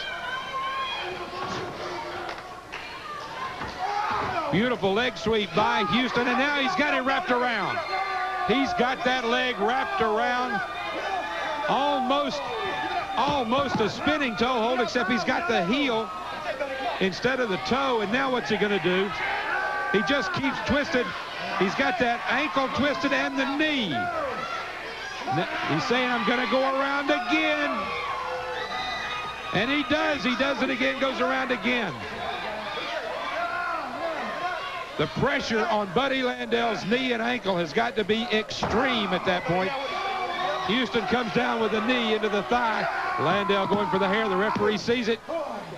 Buddy Landell's got to be careful. He's putting those shoulders down on the mat, and the referee has no hesitation about counting.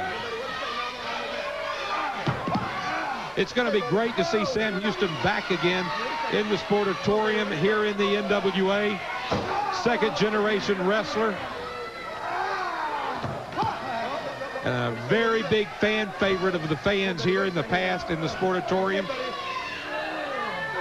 Landell now trying to pull Houston off of this. He's got the leg just tied up every which way. Still putting pressure. And Landell using the eyes. Landell gouging the eyes of Sam Houston to get out of that hold.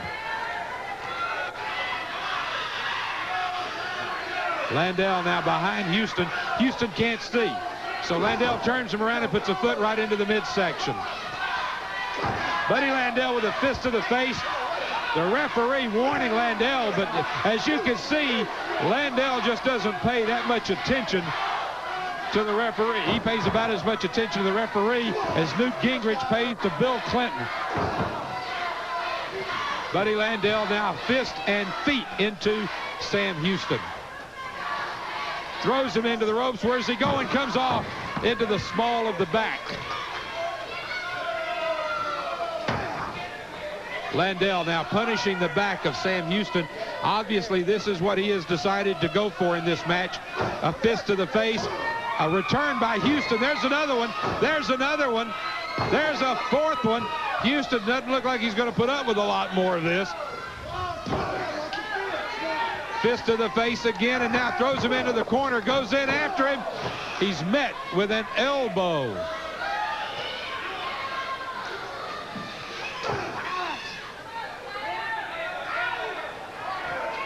Throws him into the ropes, off he comes, tries to bring him over, but instead it's reversed. Sam Houston down, can he bring him over? He's got him, 1, 2, 3, he got a 3 count. He got a 3 count on Buddy Landell right in the middle of the ring. Sam Houston, let's go back, wait a minute, hold on. Wait a minute, Buddy Landell sucker punches Houston.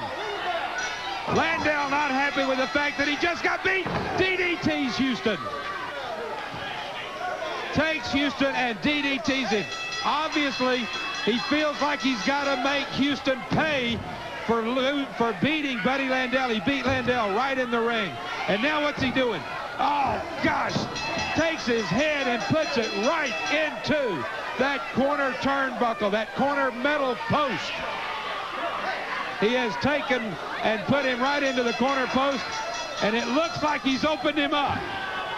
It looks like he has opened up the forehead of Sam Houston. I don't believe this. Buddy Landell lost the match and now has just absolutely,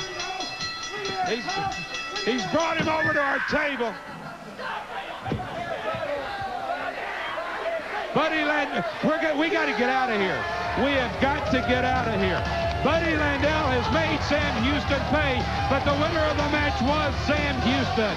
And the master of the figure 4 leg lock and the reigning North American heavyweight champion, accompanied by Black Bart and Dirty Dick Murdoch and Greg the Hammer Valentine. The next time you face Kevin Von Erich, it will be for the North American heavyweight championship. Your thoughts on that match? Anybody that I face, I will put up the North American title, the NWA North American title. It don't matter who, if it's Kevin Von Erich or Junkyard Dog. And you know something, the alliance right here that I have, the allegiance I have with Dirty Dick Murdoch and Black Bart is to enforce the rules around here in the National Wrestling Alliance and make sure that my opponents know the rules and make sure my opponents are worthy of stepping into the ring with a North American heavyweight champion. Black Bart, General Skandar Akbar has seconded you in championship matches before. General Skandar Akbar, he's about this deep in too much of you-know-what. You're looking at Greg the Hammer Valentine, Dirty Dick Murdoch, and Black Bart.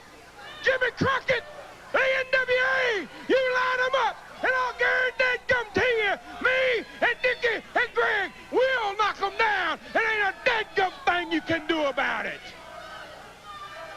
You know, as I look around right here, I can see that Kevin Von Erich's family's all here. I mean, look at them. They all look like Von Erichs. They're all inbreds. They're all mongoloids. They're all idiots. They all remind me of the Von Erichs, every stinking one of them. Now, let me tell you something, Kevin. You stepped into a man's world now. You see, you've been laid out for a while, and then all of a sudden you think you're going to come back and step into the real world. Get real, bub. Get live. You see, Von Erich? The Panhandle of Texas rules. You know that. I know it. I don't say I'm from Dallas. This says, boy, look at that. Look at that. You talk about a sickening individual. I'd have my kid in a doggone, I don't know, but it wouldn't be in a cowboy uniform. For Joe Pedicino and Bonnie Blackstone, I'm Mark Nolte. Thank you very much for joining us today, and we'll see you next week. So long, everybody. Welcome back to NWA Championship Wrestling. Joe Pedicino at ringside with Michael Hayes. In the ring, Rod Price taking on Devin Michaels, DC of High Voltage. And, of course, Michaels is usually a tag team wrestler and is, for the past several years, been involved in the tag team situation around the United States. Today, wrestling in a single match against Rod Price. And Price immediately with a power slam. 1, 2. A little bit too early, although that was a good move, Michael. Good maneuver there by Price. Went for the pin early. I don't think he had Devin Michaels in a pinning predicament or hurt, enough to capitalize on the power slam. But you're very astute, believe it or not, in picking out Devin Michaels, not used to single competition. Rod Price, been a champion in both. And the veteran will probably tell the story here.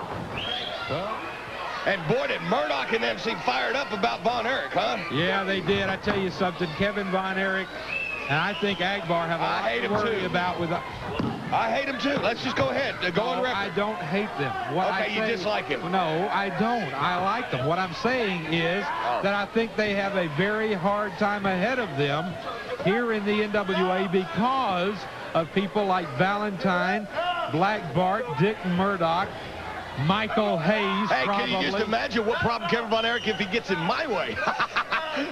If he gets in my way. Well, I mean, he's got trouble enough. He won't even get out of this. He's dug himself a hole he can't get out of. And Chris Adams ain't going to help him. Chris Adams, a Texas wannabe. Rod Price with a chin lock, a rear chin lock on Devin Michaels. Oh, beautiful. You see how he grinded that headlock? Yeah. Putting that upper body weight down on Michaels makes it hard for him to get to a vertical base. Michael seems a little bit disoriented. And I guess this comes from being in a hole like this, right? Exactly. There's Joe's two brothers. I'm glad they made the trip. Nice of you. You know, some people get to be a star like yourself and they don't remember their family. All about their family, yeah. Yeah, I'm glad to see that you don't. See, I'm into family. I know your grandma called me the other day and said to tell you if I saw you, to tell you to call her. Oh, okay. Collect. Nothing pretty about this, just good scientific wrestling. Absolutely. He is just wearing him down, literally. He's got him wrapped in that rear chin lock. And just imagine, look at that arm. Imagine the pressure that arm is putting on the head and the neck of Devin Michaels. Well, Devin Michaels is finding out right now that that's not the way a head's supposed to be bent. No, he's got it twisted. And then also, Michael, you know this, the way he's putting that his fist into the ear really can disorient somebody, having that pressure just pushed against your foot, the temple like that. Exactly. Even if he was to let go of Devin Michaels, which he won't right now, it would take Michaels 30 seconds to recuperate to do an offensive maneuver, see? Just like that, as you were saying. Michaels got loose, but then he was a little bit disoriented. At that point, not able to make an offensive move, ran right into the knee of Rod Price, reverses it off, takes him, and throws him over. You have to watch out, though. Michaels is explosive. There's a clothesline. Don't let Michaels over there now in the corner, goes down and covers him. 1, 2. Whoa, that was close. Price got his shoulder up just before the 3 count. It looks like the tide is switched here. Michaels recuperating, back on fire. There's a drop kick. And Michaels now, what's he doing? He's still feeling the effects of that reverse chin lock. You see, he's dizzy. Goes for another drop kick. Price is down after those 2 drop kicks. Michaels now goes and tries to roll him over, hooks a leg, 1 count as Price is able to get out of it. Well, you know, I think Devin Michaels must have seen the match earlier where Tully Blanchard stayed persistent and went after the pin after he first kicked out. Speaking of Action Jackson, Michaels tried it with Price, didn't work. Comes off, and there's that flying shoulder block. And Devin Michaels now is really in trouble. That's the veteran maneuver. Michaels went for the maneuver. Look at this now. Michaels looks like he's trying to tag. This is where, having been in tag team competition for so long, he looked over to try to tag, forgot his partner wasn't there. He's locked in that half crab and submits. That's it, baby. All right, there's your winner, Rod Price, in this match here on today's NWA. Well, Joe, I got to go. It's been fun. It's been real, but it ain't been real fun. Now on NWA Championship Wrestling, two men returning to the Sportatorium after long absences on one team, Kevin Von Erich and his partner Sam Houston. They are taking on Dapper Dan Davis and Jeff Gretler. In the ring right now, it is Gretler, and of course, you recognize Kevin Von Erich. Now, earlier in the show, we saw what I consider to be literally a dastardly deed, a setup by Dick Murdoch, Valentine, and Black Bart as they tried to injure Kevin Von Erich. And as you can see, he is very tender on that knee. He was in that figure 4 leg lock for a while. The doctors in the back suggested that maybe he should not wrestle in this match, but Kevin Von Erich demanded to come out and be in the match. He says he can take care of himself, and he's usually correct. Sam Houston, the legal man in the ring now, and he's arm dragging one after another, and now he's got Gretler down on the ring. An arm bar on Jeff Gretler. Great action, and there you see Skandor Akbar. Can you believe Akbar in the corner of Kevin Von Erich? It is absolutely amazing. By the way, you heard us talking earlier about being in Corsicana on the 30th. We're going to be helping the Special Olympics there to raise funds. We want to say hello to Larry, who's going to be helping us out a lot there at the Walmart there in Corsicana that afternoon. Paul at the Walmart is putting together an autograph party, so listen for more details on that. You'll see great action like you're seeing here in this tag match. Sam Houston now telling Dapper Dan, if you want to do it that way, I can do it too. Or if you want to wrestle, I can wrestle. We talked about that great week of action coming up between Christmas and New Year's. The 26th in Sulphur Springs, the 27th in Terrell, Gainesville on the 28th, Claiborne on the 29th, and of course, as we said, Corsicana on the 30th. Lots of great action opportunities for you to come out and see your favorite NWA wrestlers. You see them right here on TV every Saturday morning. Here's your opportunity that week to come out and see it live and in person. And of course, action at the Sportatorium every Saturday night. There's a man that has seen so many history-making days here in the world-famous Sportatorium, Kevin Von Erich. And it is great to have him back. Amazing to see him with Akbar, though, managing him. But he says he can trust Akbar. He said Akbar's always done what he said, even if you didn't like it. And he swears that he and Akbar have talked it out and that he wants Valentine bad enough that he'll take Akbar in his corner to help him. Of course, a lot of things going on between the families in the past, as Johnny Valentine has claimed some victories over Fritz Von Erich.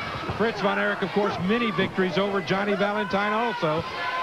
But now this feud here in Texas has taken up again as Kevin Von Erich and Greg Valentine are going at it. Valentine now with that a different form of a rear chin lock, takes it back to the corner, makes the tag with Sam Houston. Houston comes into the ring, goes immediately after Dapper Dan. Houston now puts Dan down on the mat and drops a knee right on the bridge of the nose of Dapper Dan. Sam Houston with a standing arm bar.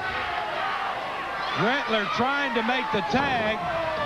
You couldn't see it on TV, but he was standing on the second rope trying to make the tag, which of course is not legal. The referee, John Keaton, would not allow that.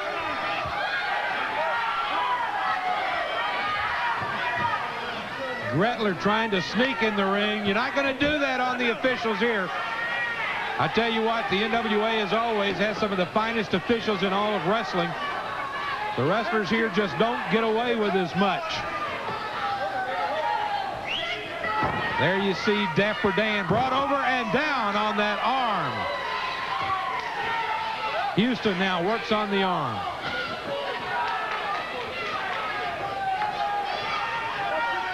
Houston has a height advantage on Dapper Dan. That helps him in a move like this. Of course, it doesn't help when your opponent puts 3 fists now right in your face. Make it 4. Houston a little upset, says, wait a minute, I can do that. Brings him over. Goes right back to the arm and once again shows you the wrestling technique we're talking about. Houston, of course, second-generation wrestler. His family, of course, in wrestling, big stars in the NWA. And it's great to see Samuel Houston back here in Dallas, Texas, and the NWA. Dapper Dan down. Houston using the knee to get some leverage. And Dan trying to use the hair to get some leverage. The referee won't go for that either. In the background, you can see Gretler sneaking in. Kevin Von Erich saw it too and chased him back out. Brought it to the referee's attention. In the meantime, Dapper Dan having a hard time trying to figure out an escape from this arm bar.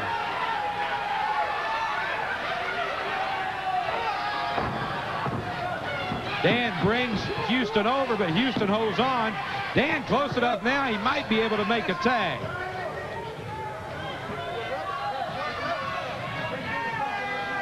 Referee now trying to give him a hard time right back to Gretler. Gretler trying to pull a scam on the referee. And Dan now with a fist back to the face again, and Houston just gives it back. You'd think that Dan would learn by now. Houston can reverse and give back anything. All right, here's the tag. What are they going to do? They throw him right in, and there it is. He's got the claw hold. The famous Von Erich claw. 1, 2, 3, it is over. And the Von Erich claw has returned to the NWA. There are your winners. Let's go back and take a quick look. As you can see, Houston throws him in. Von Erich turns him around, and then there it is. Clamps on the claw. Down goes Davis, and it's 1, 2, 3. And the Von Erich claw is successful in its return to the NWA. We're going to take a short break. When we come back, we've got some closing words from Skandor Akbar, Kevin, and Sam Houston. Skandor Akbar, you have very quickly signed a match for tonight with gentleman Chris Adams and Kevin Von Erich to go up against Black Bart and Dick Murdoch. Why did you sign the match so quickly? Well, first of all, Bart and Murdoch, I know how to deal with you. Remember, I taught you everything you know. And secondly, nobody roughs up the general and walks around to talk about it. And in the third position, I've got Kevin Von Erich, the man that has the iron claw, never been broken, and I've got gentleman Chris Adams. Now, I know Adams doesn't like Akbar, maybe Von Erich doesn't like Akbar, but they like money, the universal language. Kevin Von Erich, the claw looked great, but you seem to still be favoring that left knee. How close to 100% is it? Well, I'll tell you this, when it comes to Dick Murdoch and the tag team match with Chris Adams, let's say it's 100%. I feel like I'm on top of the world right now. There's no place in the world I'd rather be than Dallas, Texas, with my neighbors all looking on. Chris Adams, how unusual is it going to be for you tonight to have General Skandor Akbar in your corner? Well, you know, Akbar's done a lot against myself, and he's done a lot against the Von Erichs. So I cannot just say, hey, Akbar's our friend and I trust him. I'm going to keep an eye on you, Akbar, and you know it full well. But apart from that, you know what, Bart, and you know what, Murdoch? I don't like your sneaky tricks. I don't like sneaking down here behind someone's back. And that's why I'm here. So Kevin Von Erich and myself will be taking you on tonight, and I'm really looking forward to it. Tonight is Kevin Von Erich and gentleman Chris Adams with General Skandar Akbar in the corner. You know Sam Houston's going to be watching to make sure it stays 2-on-2. They'll be taking on Black Bart and Dick Murdoch. For Joe Pedicino and Bonnie Blackstone, I'm Mark Nolte. Thank you very much for joining us. So long, everybody. For another week of great wrestling action from the NWA. Tony Norris and Chaz team up to take on Greg the Hammer Valentine and Black Bart. You'll see Sam Houston as he takes on Aries. Gentleman Chris Adams will face Big Al Walker.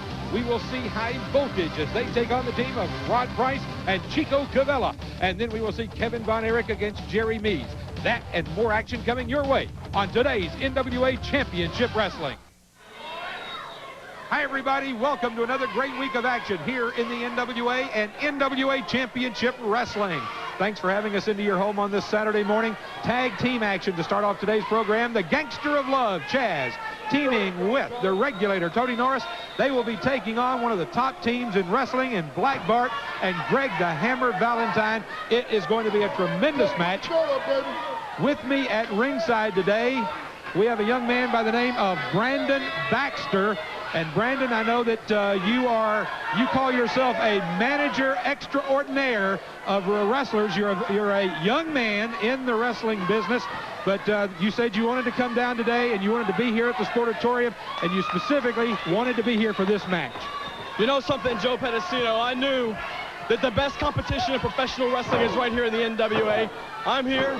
My father's giving me money. I'm going to buy some of the best wrestling talent. And I'm telling you right now, Joe Pedicino, I will rule the NWA. Well, you know, there have been a lot of people that have said that over the years, Brandon. And we'll just have to see. In the match right now, Tony the Regulator Norris and Black Bart. And folks, you talk about the immovable object and the irresistible force. That's what we've got in the ring right now. Norris waiting to ties up with Black Bart, and you're looking at some very impressive men here, Brandon. The physique on Tony Norris is impressive, but you know, there's always a weakness to someone. And I'm sure Tony Norris has a weakness, and I will find it at some point. Bart goes over, and Bart's in the wrong place right now. They're playing merry-go-round back and forth with Black Bart. He finally meets with a headbutt from Tony Norris. Bart goes over, makes a tag with Greg the Hammer Valentine. We have some great action coming up on today's program. As you heard, we'll have Sam Houston here against Aries. We're going to have Chris Adams on today's card. We're going to show you some action from the girls, from the ladies' matches. You're going to be seeing the ladies in action coming up in the NWA. We'll show you some of that. And Kevin Von Erich is on today's card, along with High Voltage. It's going to be a great day. Valentine back into the ropes now, comes off, and Norris blocks it. Comes down. Tony Norris just taking over. Greg Valentine says, whoa! That shows you right there how impressive Tony Norris is to be able to manhandle a veteran like Greg the Hammer Valentine. Well, Valentine's smart. Valentine's trying to slow things down a little bit because he knows that as that adrenaline flows through Tony Norris, right to the back of the neck. There's a tag to Black Bart. Don't think that Bart and Valentine don't have the game plan, Joe Pedicino. Well, I'm sure that they don't go into any match without having some strategy. And right now, the strategy is to try and stop the breathing apparatus of one Tony Norris, and to stay out of the way of those haymakers that Tony Norris is throwing. Norris now back into a headlock. The referee said he's putting it now. Black Bart diverts the attention of the referee and then puts a fist to the nose of Tony Norris. That's a move of a very experienced veteran there. Black Bart been in the wrestling wars for a long time, and he's a great one. Black Bart takes Tony Norris. There's a tag. I don't think Bart was aware of the fact. I don't think he was aware of the fact that the tag had been made. Chaz cuts off with a drop kick. 1, 2, and Valentine breaks it up. Valentine smart, having Chaz falling back into that corner. Chaz now in the wrong corner as Bart and Greg the Hammer Valentine working over Chaz. There's a thumb to the throat by Black Bart. I'd like to see Chaz get exactly what he's getting right now. This is great, Joe Pedicino. Beautiful, Greg. Black Bart in the ring, and now he's taken off that bandana, and he's wrapped it around the throat of Chaz, and he's choking Chaz. The referee sees it and is counting. Black Bart had better be careful. The The referee would have no problem in disqualifying Black Bart if he reaches that 5 count. Bart, though the veteran that he is, knows he's got till the count of 5. Ooh, a chop from Greg the Hammer Valentine, and Chaz turns, and there's a return. There's another. Valentine with a foot into the midsection. Chaz has guts, but I don't think it's going to pay off in this match. Valentine with Chaz down, goes for the cover. 1, 2, and Chaz kicks out. Elbow to the top of the head. Valentine, of course, with one of the hardest elbows in all of professional wrestling, has won that one, used that one to win many matches. He's going now for a shoulder breaker, and he's got it. Chaz driven into the knee, into the shin of Greg the Hammer Valentine. Valentine makes the tag. In comes Black Bart, and they go right to work on the arm. They have Chaz exactly where they want him. They're going to try to keep him in the ring and try to beat him. They don't want Tony Norris to get in the ring, Joe. Well, I don't blame him. I wouldn't want Norris back in. But I'm going to tell you something. Chaz can hold his own against anybody in the NWA. The Gangster of Love may not be the biggest guy around, but he has more heart and more talent, and he can hold his own, as he's showing right here against somebody the size of Black Bart. And there you see Tony Norris anxiously wanting to get back in the ring. Greg the Hammer Valentine keeping an eye on what's going on. And Bart brings up Chaz, goes, and they just drop Chaz across the top rope. Great teamwork there. You know, you said Chaz might not be the biggest, but you know, Joe, I can pretty much guarantee you he is the stupidest. Well, that's an opinion, and so right now he's probably got the worst backache in the NWA, as Black Bart just came down right across the back. They've got Chaz draped across that second rope. They're using that strategy I told you about a little bit earlier. Ring tacticians. We want to remind everybody tonight at the Sportatorium, children get in free with an adult if they bring 2 cans of food. So help the hungry tonight. Come out and see some great wrestling.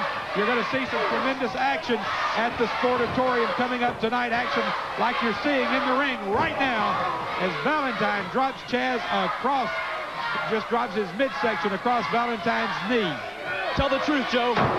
All of the canned food that those people bring, they're going into your car, aren't they, Joe? Tell the truth. No, Baxter, they don't. They go to the needy here in the Dallas area. Yeah, and you know that. Valentine chops Chaz. Chaz goes down. Looking at this crowd, we can tell they're all a little bit needy. I don't know if they even have the money to bring canned food. All right, there's the tag. Tony Norris is in. And now Tony Norris has got Greg Valentine and Black Bart. And when this man is mad, he is not pretty. There's another tag. Chaz comes in. Valentine drove into the rope. He's got him up. Black Bart comes, and Black Bart knocks him off. Chaz comes off. Baxter, where are you going? Brandon Baxter is not supposed to be leaving the ringside. We've got all 4 men in the ring. Wait a minute, he's got a chain. Baxter just hit Chaz in the back of the head with a chain. What was that all about? Great wrestling by Greg the Hammer Valentine. Whoa, wait a minute. You went up there and hit him with a chain. Ring tactician right there. Chaz is out. You had him in the back of the neck. You hit him in the back of the head with a chain. Joe, keep him off close so we can sit here and bask in this glory. Oh, no. The winners of the match, Valentine and Bart. But it's because of this young man sitting right next to me, Brandon Baxter. He hit him in the back of the head with a chain. I wouldn't want to be in your shoes when Tony Norris finds out what happened. I'm out of here. We'll be back with more. Gentleman Chris Adams. Gentleman Chris Adams, first of all, you continue to have your problems with Black Bart. Well, you know, Black Bart, he's been around for years. It's you I want, Valentine. Why do you keep running away from me? You have that belt around your waist, and I want it. And take it that Kevin Von Erich wants it too. So once Kevin gets you, then I'm after you. If he doesn't succeed, Chris Adams will. And Black Bart, I have you later tonight. And believe me, I'm going to use you as practice. And Valentine, watch out, because Chris Adams is coming your way. Why do you think it is that Greg Valentine keeps, well, avoiding some of the top contenders? Well, you know, that's just the way that a clever champion does it. But in my mind, it's not just a clever champion. I think it's a cowardly champion. So, you know, if you're listening, Greg Valentine, I'm calling you a cowardly champion. So if you really feel good, then come and put your belt in the middle of the mat and let Chris Adams take you on. But you know what? I'm really thinking that maybe it'll be Kevin, because in my mind, Kevin Von Erich will give you a big run for your money. Gentlemen, Chris Adams' analysis of the title situation. Now let's go back to Joe Pedicino at ringside. Thank you, Mark Nolte. Action continuing here now today on the NWA Championship Wrestling. We have got in the ring from India, the masked man Aries. He is taking on Texas' own Sam Houston.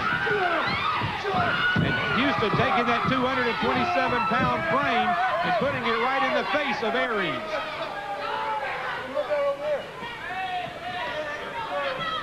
Obviously, Chris Adams very anxious to get his hands on either Black Bart or Valentine. I know Adams is in the title chase, as is Kevin Von Erich. And I know that Von Erich has been petitioning hard for a title shot against one Greg the Hammer Valentine. Valentine so far, though, a little reluctant to put that title on the line against the likes of a Chris Adams or a Kevin Von Erich. But my friend, the day will come. Aries not happy with the way things have gone so far. I don't know if that's a good idea, Aries. Houston is pretty well known for having a pugilist background. He can use his fist pretty well if he has to. He prefers not to. They tie up now into the corner. The referee will go in, break this up. Neither man wanting to break. Now, Aries claiming that Houston was pulling his mask.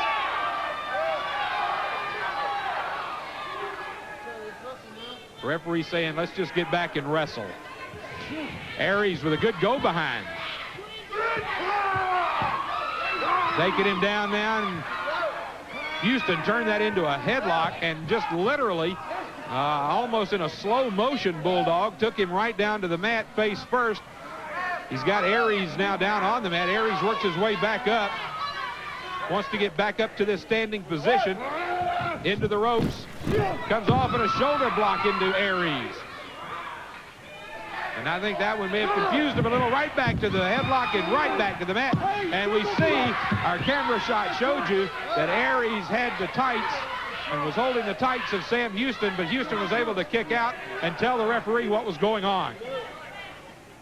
All right, now we can see that there's no doubt that Aries has no problem in using shortcuts.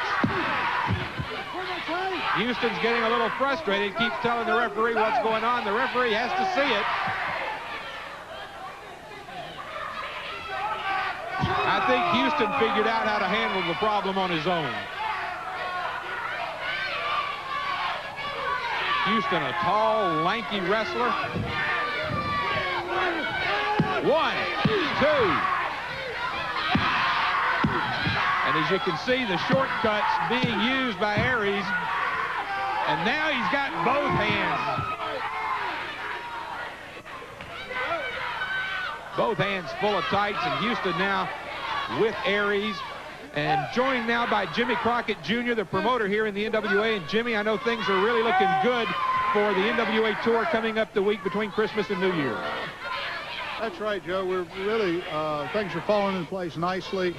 The Sheriff's Posse over in Sulphur Springs is doing a great job, led by Captain Sam Tatum, and looking forward to being over there on Monday the 26th. Of course, this afternoon over in Fort Worth, we'll have Maniac Mike Davis over there with Harmon and Evans and K-Plex, raising, getting some toys for Tot. Of course, you can come down to the Sportatorium tonight. You children can get in free with 2 cans of food. And that's right. With an adult ticket, a child can get in absolutely free at the Sportatorium tonight by bringing 2 cans of food. And again, Jimmy, you've got the NWA involved in quite a bit of this fundraising and these charitable organizations.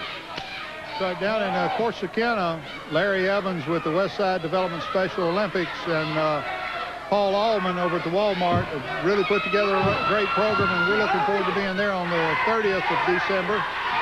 And I tell you what, Sam Houston is going to be down in Corsicana, but if he can survive this, he's got his hands full out there. He's having some trouble with Aries. Aries you know, he makes no bones of the fact that he'll pull the hair or hold the trunks or do whatever it takes to get an advantage, and that's what he's been doing in this match that we've got going on right now, is using shortcuts like that to get the advantage. But then he does something like this that just shows you the man can wrestle.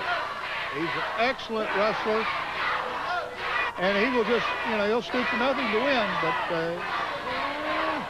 All right, a bridge by Houston, and Houston able to take it right into a headlock, but we saw that Aries once again reached for the hair and pulled him right back into that head scissor. And of course, Aries denying he ever did it, but Houston is in a problem now in these head scissors. Well, I think Houston may have found a way out. Unorthodox as it is, but I guess sometimes, Jimmy, you have to fight fire with fire. That's right. That's why Sam Houston is such a threat to Greg Valentine, is that Sam is not going to take any shortcuts unless you take them, but he will fight fire with fire, as you say. That's right. He will go one-on-one with you, but if you want to sit there and play games, if you want to sit there and do things like we're seeing in the ring right now, Sam Houston can return the favor, and I think you're right. I think he's a definite challenge for the likes of a Greg the Hammer Valentine for that title. That's right. Greg thought he'd stopped Sam Houston when he put Buddy Landell out there and says, well, wrestle Buddy Landell, and if you can beat him, I'll give you a title shot. Well, he beat him. Buddy Landell is gone, and now Greg's going, yeah, who next? Sam's not going to wait forever. Oh, Sam with his throat brought right up against the bottom rope there. And you can see he's having a hard time really breathing. Impressive. Sorry, Doc. Well, you're right, Jimmy. He is. He's very impressive. And like I said, the thing that you have to worry about is 1 minute he's pulling the hair, and the next minute he's got an excellent wrestling maneuver on you. You don't know which way he's going to come at you. You just know that he's coming straight ahead. He's obviously going after the throat. He's been using jabs to the throat, and he's been choking now for the past couple of minutes, obviously trying to stop the breathing of Sam Houston, knowing that if he can stop that oxygen from going to the brain, that he can slow Houston down, confuse him, and get the upper hand. But I think he may just be aggravating Sam Houston. And Sam's catching his second win now. There it goes, and now Aries down. Now Aries has got to wonder where Houston's coming from. Uh-oh, here we go for the Bulldog. He signals the Bulldog. Aries brings him up and over. He's very proud of himself, but he gets caught. Aries with a good move, but it backfires, and there's a 3 count. Great win for Sam Houston. Sam Houston. Jimmy, let's go back and take a look. He thought he had him in the Bulldog, but he goes up and over, but Aries just looks at the crowd, and Houston comes behind with the Bulldog and gets the 1, 2, 3 for the victory, and your winner is Sam Houston. Sam Houston, another impressive victory, this time over Aries. Last time we saw you on NWA Championship Wrestling, you hit that Bulldog on Nature Boy Buddy Landell, who was Greg Valentine's hand-picked man to eliminate challengers for that North American title. You and I were talking a little bit in the dressing room, and you say that should move you up the title picture. You know, I really think it will. First of all, I'd like to say thank you to the National Wrestling Alliance for getting me back to the state of Texas, because this is where I call home. Now, what everybody saw on television was me win a match, and the Nature Boy, Buddy Landell, you had the nerve, the gall, and the audacity to split my head open. You may have busted me a little bit, buddy, but I'll tell you one thing. The next time I get you in the ring, I intend to bust your head, your arms, your leg. And Greg Valentine, let me tell you something. You didn't make a very good choice, because he ain't going to be around long. We'll be back with more NWA action right after this timeout. The action continues in the ring. Big Al Walker from South Central L.A. taking on Chris Adams from Stratford-on-Avon in England. Big Al showing off a little bit from the south side, he says, right there on his shirt. Coming in at about 275 pounds, he's going to be a challenge for Chris Adams. Chris is at 238. Of course, Chris Adams has fought bigger men for many, many years. And with his tactical knowledge and experience in the ring, he is quite a challenge. As we heard earlier in this hour, he's looking for Greg the Hammer Valentine. Valentine so far has not been willing to put his title on the line against Chris Adams, but as I said earlier, that day will come, as will Kevin Von Erichs. Chris now with a headlock on Big Al. All right, he's got that headlock and he's holding in there. Al trying to throw him off, and Chris just held on. Walker takes him into the ropes, takes him off, but as you can see, Chris just cinches down on that headlock. And I'm going to tell you, Al better be glad he didn't throw Chris off, because as tight as he's got that headlock, his head could have gone with it. That time he lets go, comes back with a shoulder block. Not able to take Walker off his feet.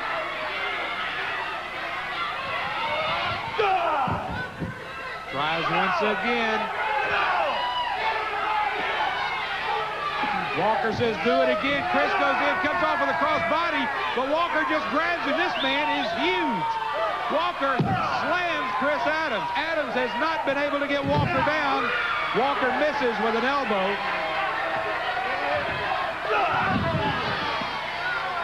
Finally, Walker off his feet with a drop kick. There's another one. And Walker goes out of the ring. Fans, I've been hearing about a Texas Gambit match. And I understand that the promotion, the NWA, is discussing bringing this match back to Dallas, Texas. There has not been a Texas Gambit match in Texas in quite a long time because of the danger, because of the injuries that are inherent in this match. But I have been hearing all throughout the NWA that the discussion is to bring one back. And we may be seeing it soon here in the NWA. We're going to talk more about this Texas Gambit. You've probably heard of it in its other names. It's been called the War Games, the Carousel Cage Match.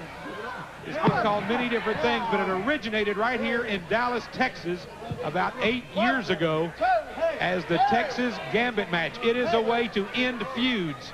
It is a way to possibly end careers. And there may very possibly... Chris Adams with a savant kick to the face of Big Al Walker. We'll be talking more about a Texas Gambit match, but I'm going to tell you, you've never seen one like it, and it could take place right here in the Sportatorium. He's trying to take Walker up. Looks like he was going for a pile driver, but Walker was able to bring him over. And Chris Adams now on his back, coming back to his feet, waiting. Walker was just waiting for him and delivered a huge clothesline. Walker may be spending too much time now talking to the fans. He needs to spend his attention on Chris Adams. Takes Adams, throws him into the ropes. Off he comes, a flying clothesline. Walker very proud of himself.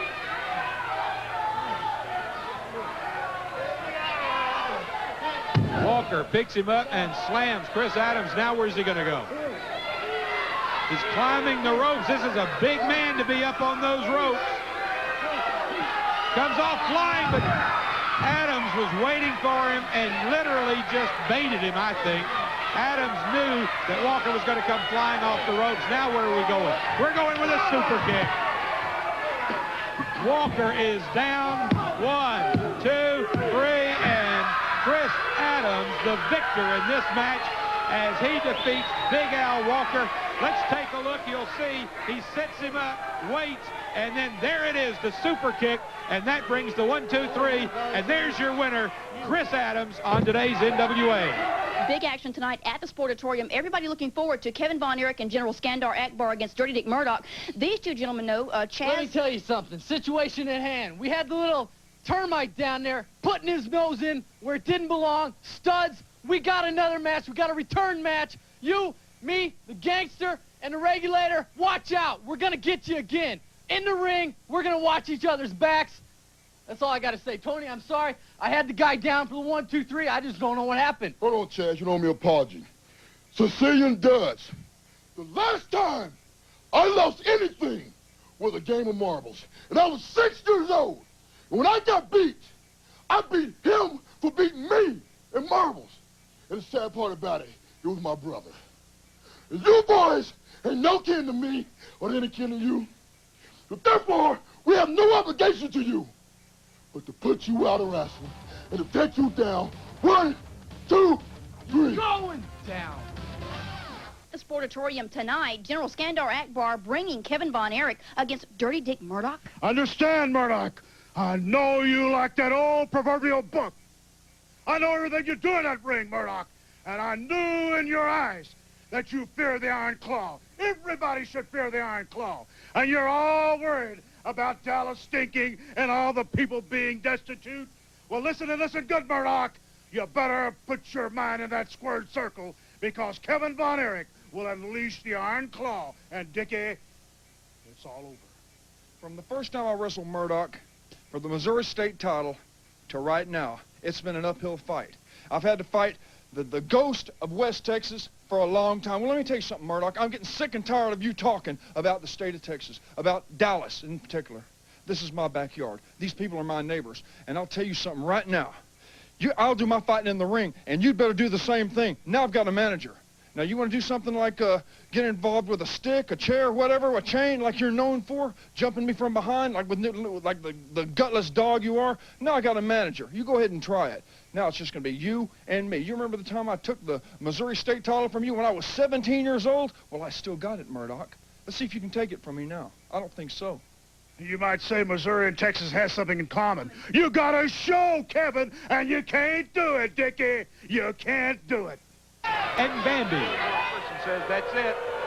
The fans don't think so. Listen to the fans. You can tell who they're behind. One. All right, Bambi close to the ropes, able as a good ring general to use those ropes to stop the count. But Peggy Lee now literally grabs right in front of the referee. I mean, she shows right there the kind of respect she has for the rules.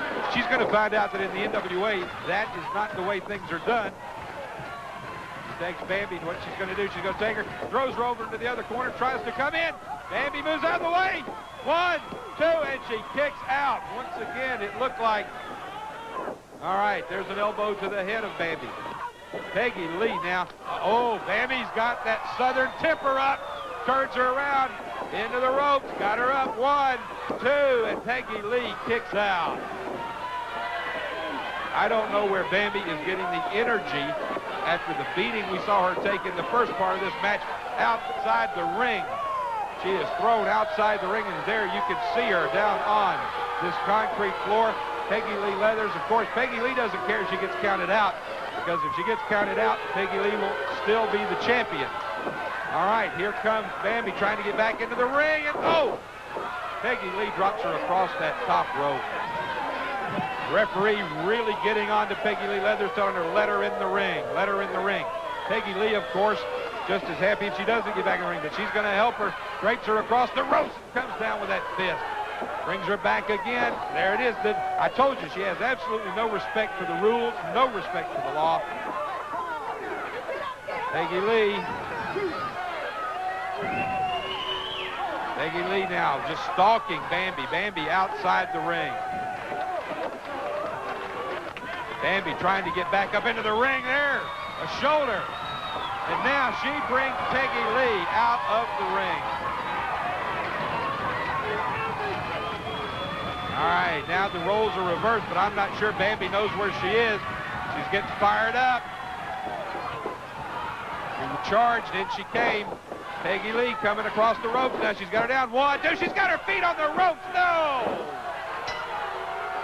Peggy Lee Leathers with her feet draped across the rope. That's the kind of